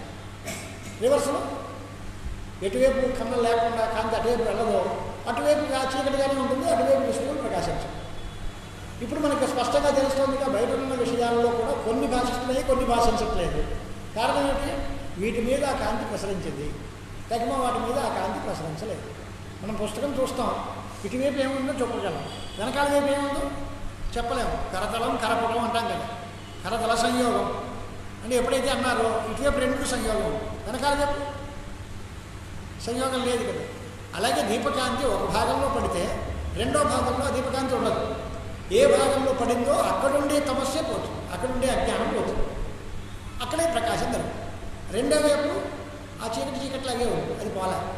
మనం పార్షియల్ నాలెడ్జ్ అంటాం, సగం ఆంశికమైన జ్ఞానం అంటే ఒక అంశం తెలిసింది, రెండో అంశం తెలియదు. ఈ విషయం విన్నాను కానీ ఇది మాట ఈ భాగం కొత్తదండి. మనం శ్లోకం తెలుసుకున్నాం కానీ శ్లోకం ఎందుకు రాశారో తెలియలేదండి అన్న. శ్లోకం తెలిసింది అనే మాట అంటున్నాం, శ్లోకం విన్నామండి కానీ ఎందుకు రాశారు ఇప్పుడే వింటున్నామండి. ఎలా తెలిసింది అంటే ఈ అంశం ఉంటూ అజ్ఞానం అలాగే ఉండిపోయింది, ఆ అజ్ఞానం ఇప్పుడు ఆయన మాటలతో తొలగింది. ఇలాంటి లౌకికమైన ఉపపత్తులు మనం చూసుకున్నట్లయితే ఎక్కడైనా ఈశ్వర ప్రకాశం వల్లే జ్ఞానం కలుగుతుంది అనేది మనకి అనుభవంలోకి వస్తుంది. అలాగే ఆయా విషయాలను పొందిన తర్వాతనే స్ఫురణం కూడా లోకంలో ప్రసిద్ధంగా కనిపిస్తుంది. విషయ ప్రకాశ శబ్దవాచ్యాన్ని భవంతి, అంతా కూడా సమస్తం జగత్ అనుభాతి అంటే ఇప్పుడు ఈ వస్తువు ప్రకాశిస్తోంది అని ఎప్పుడన్నారు అంటే ఆ దీపకాంతి దీని మీద పడిన తర్వాత, పడక ముందు ఇది ప్రకాశించలేదు. ఒక చోట లైట్ వేస్తారు అనుకోండి, మనం ఏదో వెతుక్కుంటూ ఉంటాం, అరే కాస్త ఆ లైట్ ఇటు తిప్పు తిప్పు ఇక్కడ ఉందో చూస్తాను, అప్పుడు ఆ లైట్ ఇటు తిప్పితే ఇక్కడ దొరికింది అంటే ఆ లైట్ ఇటు తిప్పితే దొరికింది కానీ ఇలాంటిది కూడా దొరకదు. అంతకు ముందు ఇక్కడ వస్తువు ఉన్నా అది మనకి గుర్తింపబడలేదు, తెలియబడలేదు అనేటువంటి భావమే ఉంది. అది కనపడాలి అంటే మాత్రం ఆ ప్రకాశము ఆ లైట్ దీని మీద పడాలి. అంచేత అనుమానము అనేది లోక వ్యవహార సిద్ధం. అలాగే జానామి తమేవ భాంతం అనుభాతి సర్వం, పాఠాంతరాల్లో తమేవ మొదలు యమేవ చదివేస్తున్నారు కొంతమంది. జానామి ఇది యమేవ భాంతం అనుభాతి అని, అది తమేవ భాంతం అనే పాఠమే కరెక్ట్. ఎందువల్ల అంటే అహమిదం జానామి అనేటువంటి ఒక తన ఎందు ఉండేటువంటి అనుభవం. అహమిదం జానామి, నేను దీన్ని తెలుసుకుంటున్నాను అనే మాటకు అర్థం ఏంటి? నిరపేక్షమైనటువంటి ప్రకాశ రూపంగా తన్నే గుర్తిస్తున్నాను, నేను దీన్ని తెలుసుకుంటున్నాను అంటున్నాడు. ఎప్పుడైనా అహం శబ్దవాక్యం ఆ చైతన్యం నేను తెలుసుకుంటున్నాను అంటాడే తప్ప ఇది తెలుసుకుంటోంది వాడు తెలుసుకుంటున్నాడు అలా అంటారు ఎవడైనా. అహం జానామి లోక వ్యవహారంలో కూడా తన తెలియకుండా చేసేటువంటి గొప్ప మంచి పని ఏంటి అంటే నేను అనుకోవడం. ఈ నేను అనే అహంకారంతో చేసుకున్న ఆ నేను అనేది చైతన్యాన్ని చెప్తోంది, నేను కాదు చైతన్యము. జానామి తెలుసుకునేది ఎవరు? చైతన్యము. ఆ అహంశబ్దవాచ్యంగా చెప్పేటువంటి చైతన్యాన్నే ప్రకాశం కలగాలిగా స్వయమేవ భాసతే తమేవ భాంతం అంటే ప్రకాశించేటువంటి దాన్నే అనుసరించి ఈ సమస్త జగత్తు కూడా భాషిస్తుంది. ఇందా చెప్పారుగా ఈశ్వరస్య ప్రకాశాత్ అని ఇప్పుడు చెప్పారు. దాన్ని బట్టి ఇందాక అడిగిన మేము ప్రశ్న అడిగాం కదా, మీకు వాడు ఎందుకు ప్రమాణం లేదు, వాడు ఉన్నాడని చెప్పడానికి లేదు. తస్య ఈశ్వరస్యవ అభావాత్ సాధక ప్రమాణాభావాచ తార్కికుల పూర్వపక్షాలు అలా చెప్పినప్పుడు ఈశ్వరుడే లేడు, ఆ ఈశ్వరుని సాధించే ప్రమాణం లేదు. మరి అలాంటప్పుడు ఈశ్వర ప్రకాశము చేతి ఇదంతా భాషించింది అని ఎలా అంటారు మీరు అని అడుగుతారేమో అంటే తథాచ శృతి తదేవ నతత్ర సూర్యో వాతి నచంద్రతారకం నేమావిద్యుతో భాంతికుతోయమగ్ని ఇది సర్వప్రకార ప్రకాశ విషయతోభ్య స్వప్రకాశత్వం ప్రత్యబ్రహ్మణ ఉపపాద్య తమేవ భాంతమనుభాతి సర్వం తస్య భాష సర్వమిదం విభాతి అని భాసమానమైనటువంటి ప్రకాశం అనువిద్ధంగానే ఈ సమస్త జగత్తు భాషిస్తోంది అనేది శృతి నిర్ణయిస్తుంది. ఆ శృతి యొక్క ప్రమాణం అవుతుందా అది వేరే విషయమే. శృతి ప్రామాణ్యంలో విప్రతిపన్నుల విషయంలో మేము మాట్లాడాం. వేదం ప్రమాణము అని ఎవరైతే ఒప్పుకుంటారో వాళ్ళ దగ్గర కూర్చుందాం, విచారణ చేద్దాం. వేదం ప్రమాణం కాదు అనే వాళ్ళ సంగతి వేరు. అది వేద ప్రమాణం నిరూపణం చేసే పద్ధతి, వేదాంతం చెప్పే పద్ధతి కాదు. వేదాంతం చదువుకోవాలి అనుకునే వాడికి ముందు వేదవంతు ప్రామాణ్యం ఉండాలి. వేదం చెప్పింది తప్పు అంటే వేదాంతం వస్తుంది నీకు అంటే దీనికి అర్థనిర్ణయం చేయాలి అంటే వేదం ప్రమాణము అని ఒప్పుకోవాలి. వేదం ఎప్పుడైతే ప్రమాణం ఒప్పుకున్నారో ఈశ్వరుడు ఉన్నాడు అనడానికి అదే ప్రమాణం అవుతాం. అప్పుడు ఈశ్వరుడు ఎప్పుడైతే ఉన్నాడో ఈశ్వరుడు ప్రకాశం వల్లనే ఇదంతా ప్రకాశిస్తోంది అనేటువంటి విషయం తెలుస్తుంది. అంటే మాకు పూర్తిగా వెళ్ళలేదండి అంటే దీనికే శ్లోక వ్యాఖ్యానాన్ని మళ్ళీ వివరిస్తాము అని వార్తికాచార్య వారు ప్రారంభిస్తున్నారు. అస్యాయం భావ అహమిత్యనుసంధాత జానామీతి నచేస్ఫురేత్ కస్య కోవా ప్రకాశేత జగత్య స్యాత్ సుషుప్తవత్. ఇప్పుడు మాట ఏంటి? తమేవ భాంతం అనుభాత సర్వం. నేను దీన్ని తెలుసుకుంటున్నాను అని వాక్యం ఉంది. అసలు నేను అనేవాడు ఒకడు ఉంటే వాడు తెలుసుకుంటున్నాడు అనే విషయం తెలిస్తే అప్పుడు వాడు దేని తెలుసుకుంటున్నాడు అనేది మీరు చెప్తారు. అంతేగా జానామీతి తమేవ భాంతం అంటున్నారు కదా. అదేలాగా అహం అనేటువంటి ఒక అనుసంధాత జానామి అని ఎవరైతే అనుకుంటున్నాడో వాడే స్ఫురించకపోతే నేను తెలుసుకుంటున్నాను అనేవాడు లేడు ఇక్కడ. అప్పుడు వాడు తెలుసుకునేవాడే లేకపోతే వాడిని అనుసరించి కస్య కోవా ప్రకాశేత ఎవడికి ప్రకాశింపజేస్తాడు? ఒకడెవడో ఉండి వాడు నేను తెలుసుకున్నాను అనుకుని వాడు మనకేదైనా చెబితే వాడు చెప్పిన దాన్ని బట్టి మనం కూడా గుర్తించి మాకు తెలిసిందండి అనొచ్చు. అసలు మొదటి వాడే లేడంటే దాన్ని నేను తెలుసుకున్నాను అన్న మగాడు ఎవరు కనపడలేదు. జానామి నేను తెలుసుకున్నాను అనేవాడు లేడనుకోండి. అలాంటి వాడే లేకపోతే వాడి యొక్క స్ఫురణమే లేకపోతే ఇక వాడు చెప్పడం ఏంటి, వాడిని చెప్పండి మనం ఏంటి ఏంటి ఎవరు చెప్పేవాళ్ళు ఎవరు? సంప్రదాయ విలోపం అయిపోతుంది కదా. అంచేత ముందు అనుసంధాత ఒకడు ఉండాలి. నేను తెలుసుకుంటున్నాను అనేటువంటి మాట వర్ణిస్తూ ఈశ సంసర్గం వినా విషయతత్వాస్మరణయోర్ అంగీకారే బాధకం వక్తం ఈశస్య స్వప్రకాశ శత్రూపతాం సాధయతి అహమిత్యనుసంధాతేతి. అంటే పరమేశ్వరుడి యొక్క సంబంధం వల్ల ఈశ్వర సంబంధం వల్ల ఇదంతా భాషిస్తోంది అని మన సిద్ధాంతులు చెప్తున్నాం. వాళ్ళు ప్రశ్నించింది ఏమిటి? ఈశ్వరుడే లేడు, ఈశ్వరుడు సంబంధము లేదు, ఈశ్వరుడు ఏంది ప్రమాణం లేదు అని మీరంటున్నారు. అప్పుడు మీ మాటకి మేము సమాధానం ఏం చెప్పాలి అని అంటే అనుసంధాతే లేకపోతే ఈశ్వరుడే లేకపోతే అహం అనేటువంటి శబ్దం చేత చెప్పబడేటువంటి నేను తెలుసుకుంటున్నాను అనేటువంటి అహం అనే అనుసంధాత ఒకవేళ లేదనుకోండి అప్పుడు ఈ జగత్తు స్వప్రకాశం అయిపోతుంది అని నువ్వు అనుకుంటున్నావు. అప్పుడు జగత్ ఆంధ్యం ప్రసజ్యేనా సమాధానం. వాడే లేకపోతే జగత్తంతా అంధకారబంధంగా ఉండిపోతుంది తప్ప వాడు లేకుండా ఇది స్ఫురిస్తాయి అనే మాట కుదరదు. అసలు మొదటికి మోసం వచ్చిందంట చూడండి. మనం వాడు అడిగింది ఏంటి? దానివల్ల చక్కగా ఆయన చెప్పాడండి, ఆయన వల్ల మేము విన్నామని అనుకున్నాం. అంటే ఆయన చెప్పేటంటే మనకి ఏదో పెద్ద డిపెండెన్సీ వచ్చేసిందని మనం ఇండిపెండెంట్గా బాగా అబ్బాయి ఆయన ఏం లేదండి, ఆయన చెప్పలేదండి అన్నాడు అనుకోండి.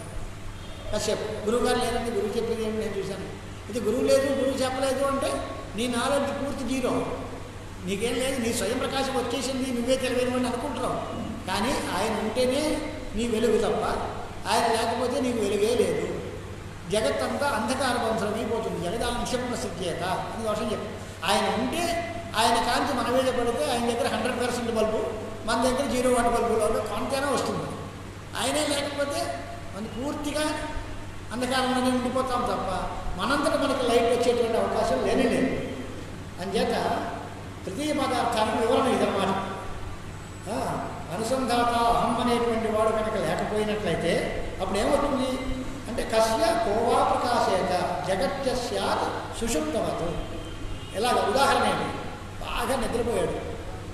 నిద్రపోయినప్పుడు వాడి ఇంద్రియాలు పనిచేయట్లేదు, వాడి మనసు పనిచేయట్లేదు, వాడి ఆత్మకి కూడా అంతఃకరణ ప్రతిబింబం లేకపోవడం వల్ల ప్రకాశం ఉన్నా కనపడటం లేదు. అప్పుడు వాడు నిద్రపోతున్నప్పుడు ఏ వస్తువుని చూస్తాడు? ఆ నిద్రపోయే ఏ మనిషి ఏ వస్తువుని చూశాడు? మనం ఉపపాదన చేయగలం. నేను నిద్రలో ఫలానా వస్తువుని గుర్తించాను, చూశాను అంటాము. అదిగో నిద్రలో ఎవరికి ఏ వస్తువు ఎలా తెలియదో అదే రకంగా ప్రపంచం అంతా కూడా అదే స్టేజ్లో సుషుప్త స్థానంలో ఉండిపోతుంది. సుప్తచేతనావస్థ అంటాం కూడా. ఆ సుప్తచేతనావస్థలో ఉండిపోతుంది జగత్తంతా. దానికి ప్రకాశకమైన వస్తువు లేదు. మళ్ళీ వాడు రావాలంటే ఏం చేయాలి మనం? తదా జగదాంశం ప్రసజ్యేత. ఎలాగా? విషయా యది స్వతయేవ ప్రకాశేరన్ తదా అహం జానామీతి జ్ఞానాశ్రయత్వేన విషయానుసంధాతు స్ఫురణం న స్యాత్ తదభావేతు శిలాఘన పిహిత గుహాగత ప్రదీపవత్ మయా విదిరోయమితి కస్యాపి నావభాసేత. ఎలాగా అంటే ఒక పెద్ద రాతి గుహలో ఓ దీపం పెట్టాం, మొత్తం చీకటిమయంగా ఉంది. ఎవరు చూశారు దాన్ని? ఆ లోపల దీపం ఉందే, ఆ చూసిన వాడు ఎవడు? దానికి ఉదాహరణ చెప్తారు, శిలాఘనపహితమైన గుహాగతమైన దీపం. ఆ దీపం నేను చూశానని ఎవడని అంటాడు? చూడలేదు. కానీ ఎప్పుడు వస్తుంది? ఆ నానాఛిద్ర ఘటోదర స్థిత మహాదీప అయితే ఆ చిత్రాల్లోంచి బయటకు వచ్చింది కనుక నేను దాన్ని చూశాను అనొచ్చు. అది రాలేదు ఎవరికి అంటే ఒక పెద్ద దట్టమైనటువంటి చీకటితో కూడిన గుహలో ఏదో లోపల ఒక మిడుగురు దీపం ఏదైనా ఉందనుకోండి, ఆ దీపం మనకేం కనిపిస్తుంది? దాన్ని నేను చూశాను అని ఎవరంటాడు? అలా ఈశ్వర స్ఫురణమే లేకపోయినట్లయితే సుషుప్త స్థితిలో ఉండేటువంటి అప్రకాశమానమైనటువంటి ఆ కాంతిలాగా జగత్తుకి కూడా స్ఫురణం లేకపోవలసి వస్తుంది కనుక ఈ వ్యవహారం అంతా కూడా ప్రతిపాదనం కాలేదు.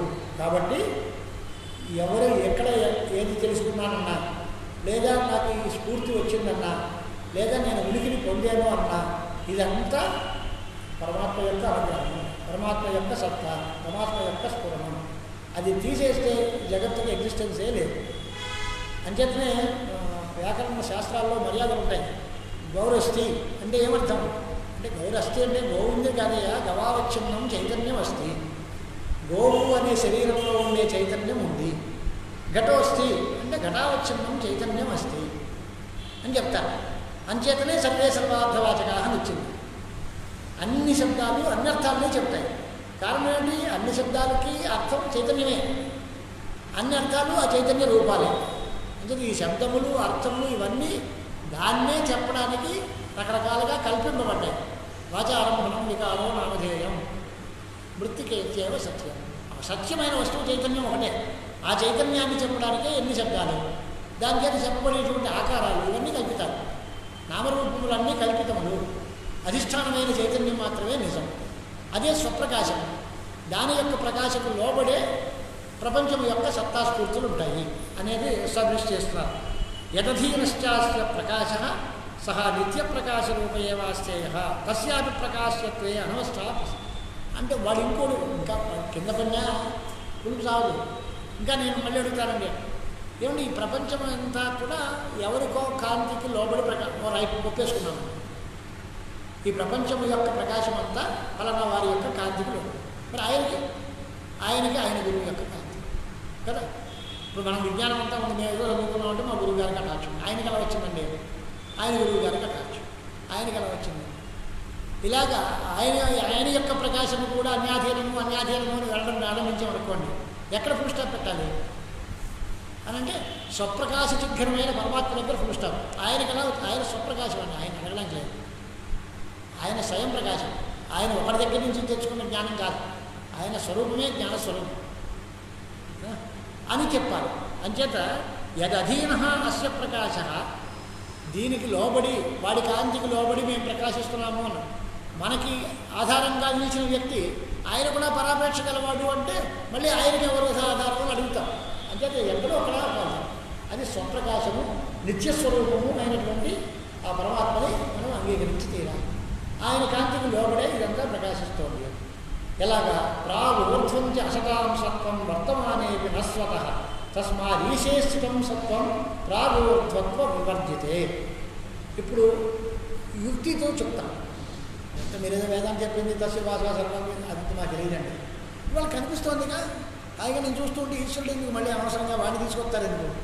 నా కళ్ళారా నేను హాయిగా టీవీలో సినిమా చూస్తున్నాను. నేను టీవీ సినిమా చూడడానికి ఈశ్వరుడు కావాలి అంటే ఎవడో ఎంతవరకు మూర్ఖంగా ఉంటుంది కదా. నేను టీవీ చూడడానికి సినిమా ఈశ్వరుడు కావాలంటే ఎవడో ఒప్పుకుంటాడు? నా చేతిలో ఇన్స్ట్రుమెంట్ ఉంది, నా చేతిలో నేను చూశాను, నా కళ్ళతో చూశాను. నేను నాది అనేది నిరపేక్షంగా కనిపిస్తూ ఉంటే దీనికి ఎవరినో ఈశ్వరుడు కనపడకుండా ఉండే ఈశ్వరుని తీసుకొచ్చి ఆయన వల్ల కలుగుతుంది ఇదంతానంటే ఇది మేము ఎలా వింటాం అని అంటే వాడికి యుక్తితో ప్రశ్న చేసి సమాధానం చెప్పాలి సురేశ్వరాచార్య వారు. అయినా ఈ వస్తువు ఇప్పుడే చూసావా, ఇంతకుముందు చూసావా అంటే ఇంతకుముందు లేదండి. ఇది పోయిన తర్వాత చూస్తావా? అప్పుడు ఉండదండి. ప్రాగ్ ఊర్ధ్వంచి అసతాం, ఇంతకు ముందు లేదు దీని తర్వాత లేదు అంటే ఇప్పుడు ఎందుకు వచ్చింది? వర్తమానంలో సత్వం ఎలా వచ్చింది అని. ఎప్పుడూ ఉన్న వస్తువు వేరు, కానీ నువ్వు చూసే వస్తువు ఇంతకుముందు లేదు, తర్వాత ఉంటుందా అంటే ఉండదు. నువ్వు ఇప్పుడు మాత్రం ఉందని ఎలా అంటావు? ప్రాక్ అంటే ముందు కానీ, ఊర్ధ్వం అంటే తర్వాత కానీ లేనటువంటి వస్తువులకి వర్తమానంలో సత్వం ఉంది అని ఎలా అంటారు? అది నిజంగా స్వతహా సత్వమే అన్నారనుకోండి, అంతకు ముందు ఉండాలిగా. తర్వాత ఉండాలి. ముందు తర్వాత లేకుండా ఇప్పుడు వచ్చింది అంటే దేనివల్ల వచ్చింది, పోయింది అంటే ఎందుకు పోయింది. ఈ ప్రశ్నకు సమాధానం చెప్పకుండా నువ్వు ఇంతకు ముందు లేదు తర్వాత ఉండదండి ఇప్పుడే ఉంది అని ఎలా ఎస్టాబ్లిష్ చేయగలవు? ఈ వస్తువు స్వప్రకాశమే అన్నారనుకోండి, దాని ఒరిజినల్గా దానికి స్థితి ఉంటే 3 కాలాల్లోనూ ఉండాలి. ఇంతకు ముందు ఉండాలి, తర్వాత కూడా ఉండాలి. కానీ అంతకు ముందు లేదంటున్నావు, తర్వాత లేదంటున్నావు. ఇప్పుడు ఎందుకు వచ్చింది? ఇప్పుడు రావడానికి కారణం ఏంటి, తర్వాత పోవడానికి కారణం ఏంటి? ఈ రెండింటినీ వెతుక్కుంటే దీని స్వప్రకాశం ఎగిరిపోయింది కదా, ఏలైపోయింది. అది స్వయంగా స్వతసిద్ధమైన వస్తువే అయితే త్రికాలాబాధ్యంగా ఉండాలి, 3 కాలంలో ఎందుకు భాషిస్తూనే ఉండాలి. ఎప్పుడు ఇంతకు ముందు భాషించి ఉండాలి, తర్వాత కూడా భాషిస్తే తీరాలి. కానీ అలా లేదు. ఏ అనుభవంలోనూ ఎప్పటి జ్ఞానము కూడా నాకు ఇంతకు ముందు తెలుసు ఎప్పుడూ తెలుస్తుంది అనే మాట లేదు. ఎవరు చదువుకోలేదండి ఇప్పుడు వచ్చిందండి తర్వాత మర్చిపోయానండి అన్నీ. ప్రతి వస్తువు యొక్క జ్ఞానము కదాచిత్కం, ఏదో పరిమితమైన టైం లిమిట్ గలవే. ఈ వస్తువు ఇప్పుడు తెలిసింది నాకు, ఇంతకుముందు తెలియలేదు, తర్వాత తెలుస్తుందో లేదో తెలియదు అని అంటున్నాం. విషయముల యొక్క జ్ఞానం పరిమితమైన కాలానికి లోబడి ఉంటుంది. ఒక కాలంలో మాత్రమే తెలియబడి అంతకు ముందు తెలియబడక తర్వాత తెలియబడకుండా ఉండేది స్వతసిద్ధము అని ఎలా అంటారు? స్వతసిద్ధము అనే మాటకు అర్థం కాలము యొక్క పరిధికి లోను కానిది అని అర్థం. ఏది కాలంలో లోబడి చిక్కుకున్నామో అది పరాపేక్ష కలదు. అలా కాకుండా ఎప్పుడు అంటే ఎప్పుడు ఎల్లప్పుడూ శాశ్వతంగా ఎలక్షన్లో నెగ్గాడు అంటే ఇప్పుడు చీఫ్ మినిస్టరో ప్రైమ్ మినిస్టరో అయ్యాడు, ఇంతకుముందు కాదు. తర్వాత దిగిపోయిన తర్వాత మళ్ళీ కాదు అంటే వాడు ఈశ్వరుడు ఎలా అంటాం మనం? పరమాత్మ ఈశ్వరుడు అంటే ఎప్పుడు ఈశ్వరుడే, ఇంతకుముందు ఈశ్వరుడే, ఇప్పుడు ఈశ్వరుడే, ఎప్పటికీ ఆయన ఈశ్వరుడే. ఆయన నిరపేక్షమైనటువంటి స్వతంత్రమైన ఈశ్వరుడు ఆయన. వీడు ప్రజలు నెగ్గిస్తే వచ్చాడు, వాడు పోతే బాబు తీసేస్తే దిగిపోతాడన్నప్పుడు ఈయన్ని పరమాత్మని ఎలా అంటాం మనం? అలాగే స్వప్రకాశము అనేటువంటి దాన్ని ఒప్పుకోవడానికి అవకాశం లేదు. ప్రాగూర్ధ్వం అసతాం సత్వం వర్తమానేది నా స్వత తస్మాత్ ఈశే స్థితం సత్వం. ఈశ్వరుడు యొక్క అనుగ్రహం. కామంగా ఒప్పుకోకపోయినా దేవుడి దయ వల్ల అనే మాట అందరూ అంటూనే ఉంటాం. మనకి దేవుడి మీద నమ్మకంగా లేకపోయినా ఇది ఎందుకు జరిగింది? దేవుడి అనుగ్రహం వల్ల జరిగిందండి. జరగలేదు, దైవం అనుకూలించలేదండి, జరగలేదు అని అంటున్నాం. అంచేత ఈ ప్రపంచం యొక్క ఉనికి ఈశ్వర అధీనము అనేది సర్వానుభవ సిద్ధమయ్యా ఒప్పుకోవడానికి మనస్సు అడ్డమిస్తుంది తప్ప వాస్తవం అది. దాన్ని నిరూపించడానికి ప్రశ్నే కట్టలే, చాలా ఓపెన్ సీక్రెట్. కానీ ఒప్పుకోవడానికి మనస్సులో కొంచెం సంకోచం. అయ్యో నేను ఈశ్వరుని ఒప్పేసుకుంటే నా స్వతంత్రత పోతుందేమో అనేటువంటి భావంతో కొంత సంకోచంతో ఏడవాలి తప్ప మనం అందరం పరమేశ్వరాధీనులము అనే విషయంలో ఏమీ సందేహం లేదు. మరి ఈ ప్రశ్న మరి అక్కడ చేయొచ్చు కదా. ప్రాగూర్ధ్వం అసతాం అన్నారు కదా. ఆయనకు ముందు ఆయన తర్వాత, ఆయనకు ముందు వెనక లేదా ఆయన నిత్యుడు కనుక ఆయన విషయంలో ఈ ప్రశ్న రాదు. ఆయన ప్రకాశిస్తున్నాడు అంటే ఆయన ముందుకు ప్రకాశం లేదు, తర్వాత ప్రకాశం లేదు అనడం లేదు. ఆయనకు ముందు వెనక లేదు, ఉత్పత్తి నాశము లేదు. కానీ ఈ వస్తువులకు అలా కాదుగా, ఇవన్నీ ఆద్యంతములు గలవి. అంటే దీనికి ముందుంది వెనకుంది అంటాం. అదే తేడా వాళ్ళకి మనకి. ఆయన ఆదిమధ్యాంతరహితుడు, అనిర్వచనీయమైన అచింత్యమైన అమితమైన అపరిమితమైన శక్తి గలవాడు కనుక ఆయన స్వప్రకాశుడు అని ఒప్పుకుంటాం. మనమంతా పరాపేక్షలో బతుకుతున్నాం కనుక ఆయన అనుగ్రహం ఉంటే ప్రకాశిస్తాం, లేకపోతే ప్రకాశించాం అనే మాట స్పష్టంగా. ప్రాగూర్ధ్వత్వ వివర్జితే, ఆయనకి ప్రాగవస్థ ఊర్ధ్వావస్థ అనేది లేవు. అవి రెండూ లేనటువంటి ఆయన స్వప్రకాశుడు. ఆయన విషయంలో మనకి ప్రశ్నలు లేవు. అంచేత ఆయన అధీనంలోనే జగత్తంతా ప్రకాశిస్తోంది. మంచిదే కానీ స్వయమేవ ప్రకాశేరం యడాయది వినేశ్వరం సర్వం సర్వస్వ భాషేత నావభాషేత కించన అంటే ఆయన అవన్నీ కాదండి, వాటి యొక్క స్వభావం స్వయం ప్రకాశం అని ఒప్పుకుంటాం. నీకు ఎందుకంత పట్టుదల ఈ ప్రపంచం అంతా స్వప్రకాశం గలది అంటే నీకు వచ్చే నష్టం ఏంటి? ఈశ్వరాధీనమైన ప్రకాశము అని చెప్తున్నారు మీరు. ఇప్పుడు నష్టమైన ఈశ్వరుడు స్వప్రకాశం మేము ఒప్పుకున్నాంగా, అలాగే మమ్మల్ని మీరు ఒప్పుకోండి. ఈశ్వరుడు స్వయం ప్రకాశుడు అని మీరు అన్నారు, మేమంతా యాక్సెప్ట్ చేశాం. అలాగే మేము జగత్తు కూడా స్వప్రకాశము అంటాం, దాన్ని ఒప్పుకోండి. అది కాదని ఇది కదా మీరు పట్టుదలండి. జనం కూడా స్వప్రకాశమే అంటాం అనుకోండి, నష్టమైంది. ఈశ్వరుడు లేకపోయినా ఇది కూడా భాషిస్తుంది అంటాం. ద్వైతుల యొక్క అభిప్రాయాలు అలా చెబితే అప్పుడు సర్వం సర్వస్వ భాషేత నావభాషేత కించన. ఈశ్వరుడు లేకపోతే ప్రకాశిస్తుంది అన్నారు అనుకోండి, అది దానికి స్వప్రకాశంగా ఉంటే అన్నీ అందరికీ భాషిస్తూనే ఉండాలి. లేదు ప్రకాశించడం దాని స్వభావం కాదు అంటే ఎవరికీ ఎప్పుడూ భాషించకుండా ఉండాలి. అలా లేదు.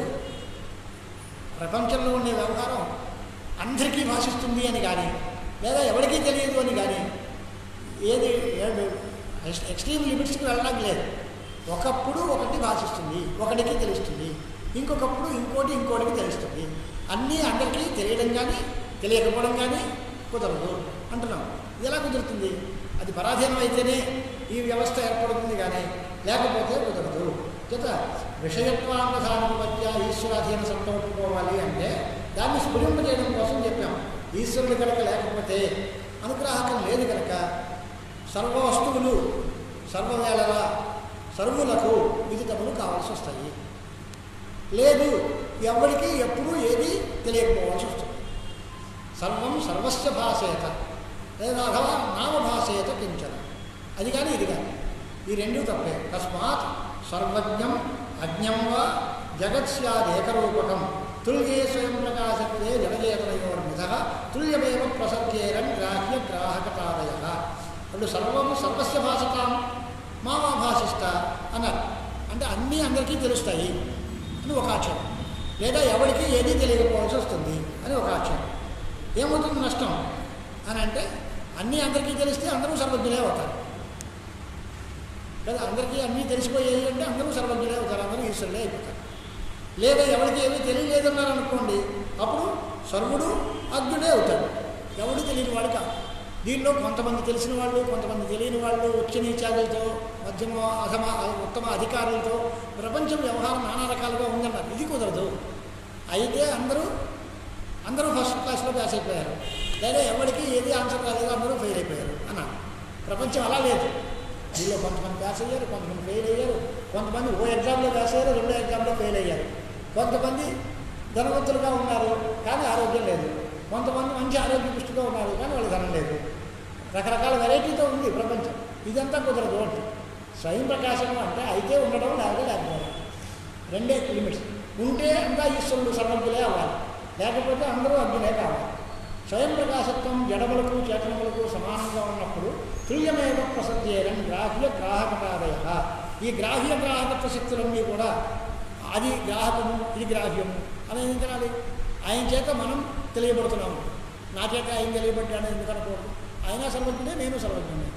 ఇప్పుడు ఆయన చెప్తే నేనెందుకు వినాలి? నేను చెప్తాను ఆయన వినంటాడు అనొచ్చుగా. విపరీతమైనటువంటి వ్యవహారం ప్రపంచంలో అవ్యవస్థకి అవకాశం వస్తుంది. అంచేత ఈ రకమైన నిర్ణయం మనం చేయలేము. అలాగే ఇంద్రియాణ నియమాహ చాక్షుషాశ్రు రసాదయ. ఇప్పుడు కంటితో చూస్తున్నాం, కంటితో రూపాన్ని చూస్తున్నాం, చెవితో శబ్దాన్ని వింటాం. చెవితో శబ్దం వింటాను, చెవితో రూపం చూస్తాను, కంటితో శబ్దం వింటాను, ఎందుకనుకోలేదు? అన్నీ స్వప్రకాశం కదా, దేని అపేక్ష లేదు. అందులో కన్ను రూపాన్నే చూస్తుంది, చెవి శబ్దాన్నే వింటుంది అని వ్యవస్థ ఎక్కడుంది? చెవి చేత రూపం చూడబడవచ్చు, లేదా కంటితో శబ్దం వినపడవచ్చు. ఎందుకు కాదు అంటే దీని వ్యవస్థాపకుడైన వాడు ఎవడు, అనుగ్రాహకుడు ఎవడు లేడుగా, దాని స్వభావం అంటున్నాడు. దాని స్వభావం శబ్దాన్ని గ్రహించే స్వభావం చక్షురింద్రియానికి ఉంది అంటాను నేను. నువ్వెందుకు కాదనాలి? నియమం లేకుండా పోవాల్సి వస్తుంది. ఆయా ఇంద్రియములు ఆయా విషయాలనే గ్రహిస్తాయి అనేది లోకంలో ఒక మర్యాద. అది లేకుండా పోదు. ఇంకా చమత్కారాలు చెప్తుంటారు. ఆకాశం ప్రతి నిన్ను విరిగి మీద ఎందుకు పడిపోలేదు? ఎవడు ధరిస్తున్నాడు దీన్ని? ఆకాశం పడిపోకుండా రక్షించేవాడు ఎవడు? ఈ భూమి కుంగిపోకుండా ఎవరు రక్షిస్తున్నాడు? దాని స్వతంత్రం అంటే స్వతంత్రం అయితే ఎప్పుడు ఉండాలి. అలా పడిపోవడమే దాని స్వభావం అనొచ్చుగా. ఎవరు ఈ స్థితికి నియామకుడు ఎవడు? ఈశ్వరుడే లేకపోతే ఈ జావా పృథివ్యాధుల యొక్క నియామకుడు ఎవడు? సముద్రాలు చలియలు దాన్ని బయటకు వచ్చేయకుండా ఎవరు కంట్రోల్ చేస్తున్నారు? నక్షత్రాలు మీద నుంచి కింద పడిపోకుండా ఎవరు దాన్ని కంట్రోల్ చేసి పైన ఆపుతున్నాడు? ఈ భూమి అంతా విడిపోకుండా భూకంపాదులు అవి రాకుండా ఎలా కంట్రోల్ చేస్తున్నాడు? ఒకప్పుడు ఎదురు వస్తుంది. భూకంపం రావడమే దాని స్వభావం అంటే ఎప్పుడూ అలా కలుగుతూనే ఉండాలి. ఎప్పుడూ భూకంపాలతో ఏడుస్తుంది కాదు. అలా కాదు, ఇప్పుడు శాశ్వతంగా శాంతిగానే ఉందండి. ఎప్పుడో కదాచిత ఉత్పాతం వచ్చింది, ఉపద్రవం వచ్చింది అంటే అప్పుడేందుకు రావాలి?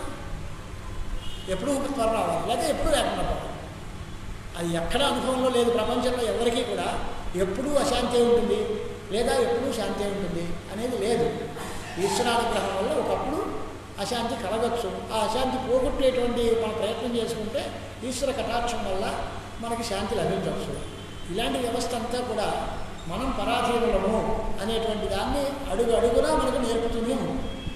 దీన్ని ఒప్పుకోకపోవడానికి మనసు ఎందుకు రావట్లేదు నాకు అర్థం కాలేదంటాడు శ్రేష్ఠాచార్యులు. ఇంత పరాధీనత అనేది స్పష్టంగా ఉంటే ఈ జడమైన జగత్తంతా స్వప్రకాశం ఎలా అంటారయ్యా మీరు? మలినాదర్శ పశ్చాత్ ప్రాగ్భావతుల్యయో క్రియాశక్తి జ్ఞానశక్తియో అంతఃకరణ భాగయో ప్రతిబింబే స్ఫురన్ ఈశ కర్త జ్ఞాతయతి గచ్చతే. మరి ఈశ్వరుడు కర్త, ఆయనే జ్ఞాత, ఆయనే చేసేవాడు, ఆయనే తెలుసుకునేవాడు. ఆయన్ని బట్టే మనందరం తెలుసుకుంటున్నాం.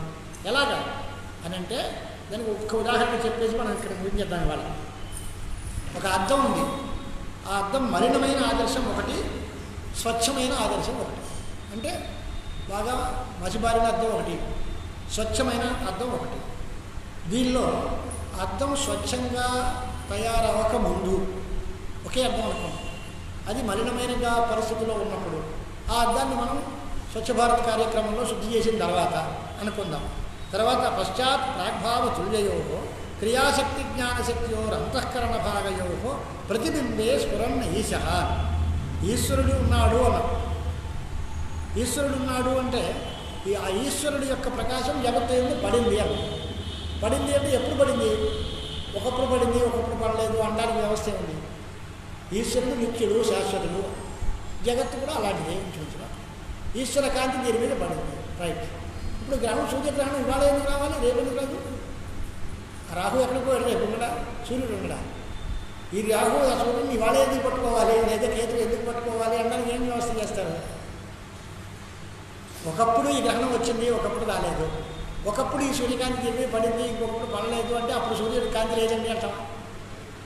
వేళకోళంగా ఒక మాట ఉంది. వీణాపాణి శారదామ్మ విగ్రహం చూస్తే ఓ విగ్రహంలో సరస్వతి చేతిలో వీణ లేదు, తర్వాత టైంలో వీణన్న సరస్వతి. అప్పటికి ఆ వీణ నేర్చుకోలేదండి, తర్వాత వీణ క్లాసులకు వెళ్ళింది సరస్వతీదేవి, అంచేత వీణ వాయించింది అంట. ఏం పద్ధతి అండి ఇది? ఓ విగ్రహంలో మనం పెడితే ఆ రూపంతో ధ్యానం చేసాం అంతే తప్ప ఆవిడ తర్వాత వీణ వాయించడం నేర్చుకోండి అన్నట్టుగా ఉంటుంది. సూర్యుడికి అప్పుడు కాంతి లేదు, ఇప్పుడు కాంతి వచ్చింది. ఈ మాటలు ఎంత తెలివి తక్కువ మాటలో. అలాగే సర్వజ్ఞమైన పరమాత్మ యొక్క చైతన్యం సర్వవేళలా జగత్తు మీద పడుతూ ఉంటే ప్రకాశం అంతా ప్రకాశిస్తూనే ఉండాలి కదా. మరి ఈశ్వరుడు భావముల యందు సత్తా ప్రకాశములను నింపుతాడు అన్నప్పుడు నింపుతాడా, నింపడా? నింపుతాడు అంటే వస్తువులన్నీ ఎప్పుడూ ప్రకాశిస్తూనే ఉండాలి. నింపడు అంటే ఎప్పుడూ ప్రకాశించకుండా ఉండాలి. ఈ ప్రశ్న మళ్ళీ నువ్వు ఈశ్వరాధీనము అన్నా నువ్వు అడిగిన మాటనే తెలకిందుగా మళ్ళీ దీన్ని వేయించావు. మమ్మల్ని ఏం చెప్పావు? ప్రపంచంలో ఉండే వస్తువులు ఎప్పుడూ ప్రకాశించాల్సి వస్తాయి, లేదా ఎప్పుడూ తెలియబడకపోవాల్సి వస్తాయి అని ఆక్షేపణ చెప్పాను. నువ్వు ఈశ్వరుని అంగీకరిస్తే మాత్రం ఆ ఈశ్వరుని అంగీకరించావు. ఆయన కాంతి దీని మీద పడిందంటావా లేదంటావా? అంటే పడింది, అప్పుడు అందరూ ప్రకాశిస్తాయి. పడలేదు, ప్రకాశించావు. నువ్వు అడిగిన 2 పాయింట్లు నీ దగ్గర ఏమున్నాయిగా. ఈశ్వరుడు ఒకవేళ ఒకప్పుడు మాత్రమే ప్రకాశం దీని మీద వేస్తాడు, ఒకప్పుడు ప్రకాశించడు. అది వ్యవస్థ ఎక్కడ ఉంది నీకు? ఆ భావములన్నిటినీ కూడా ఈశ్వరుడు యొక్క ప్రకాశంతో ఆయన కప్పేస్తాడు. అంటే వ్యాపారం చేస్తాడు, అంటే ఆయన కాంతిని దీని మీద ప్రసరింపజేస్తాడు. ఒకప్పుడా? ఎప్పుడూ ప్రకాశింపజేస్తే ఇవన్నీ దానిలాగా ప్రకాశిస్తూనే ఉంటాయి. ఎప్పుడూ లేదు అంటే ఇవి ఎప్పుడూ ప్రకాశించవు. నువ్వు చెప్పిన 2 వికల్పాలు నీ పక్షంలో కూడా ఉన్నాయి కదా అని అంటే వ్యాప్రియతే చేత్ వికారిత్వాభక్తో అనిత్యత్వాద్ అనీశ్వరత్వ ప్రసంగ. అది కాదు, ఆయన ఈ వ్యాపారం చేశాడు, ఆయన కొంత ప్రయత్నం చేశాడు, అప్పుడు ఆయన కాంతి వీటి మీద పడింది, అప్పుడు ఇవన్నీ భాషించాయి అందాం అనుకోండి. అంటే ఆయన యందు కూడా ఒక రకమైన కార్యక్రమం, వ్యాపారం, ఓ పని చేయడం, ఆయన కాంతిని వీటి మీద అప్పచెప్పడం, ఇలాంటివన్నీ. ఆయన వికారి అవుతాడు, ఆయన అనిత్యుడు అవుతాడు, ఆయన మనలాంటి వాడే అవుతాడు. నాకు వీడి మీద దయ ఉంది, అనుగ్రహం ఉంది కాబట్టి వీడికి నేను చెప్పాను, వాడి మీద నాకు ఇష్టం లేదు కనుక నేను చెప్పను. అప్పుడు రాగద్వేషాలతో కూడిన వ్యక్తి ఎలాంటి వాడో పరమాత్మ కూడా అలాంటి వాడే అయ్యాడు. కొన్ని వస్తువులు ఏంటి ప్రకాశాన్ని ఇప్పిస్తున్నాడు, కొన్ని చోట్ల మానేస్తున్నాడు. ఈ పక్షపాతాలు ఎందుకు? ఆ ఈశ్వరుడు మాత్రం వికారి అవడా? అలాంటప్పుడు ఆయనకి అనిత్యత్వం వస్తుంది కదా. అంటే అలా కాకుండా దాని మాట ఏం చెప్పాలి? మలినామలిన స్వచ్ఛములు, మలిన అమలిన ఆదర్శములు 2 సమానంగా ఒకటే ఆదర్శం, ఒకే అర్థం. ఈశ్వరుడు ఒకటే.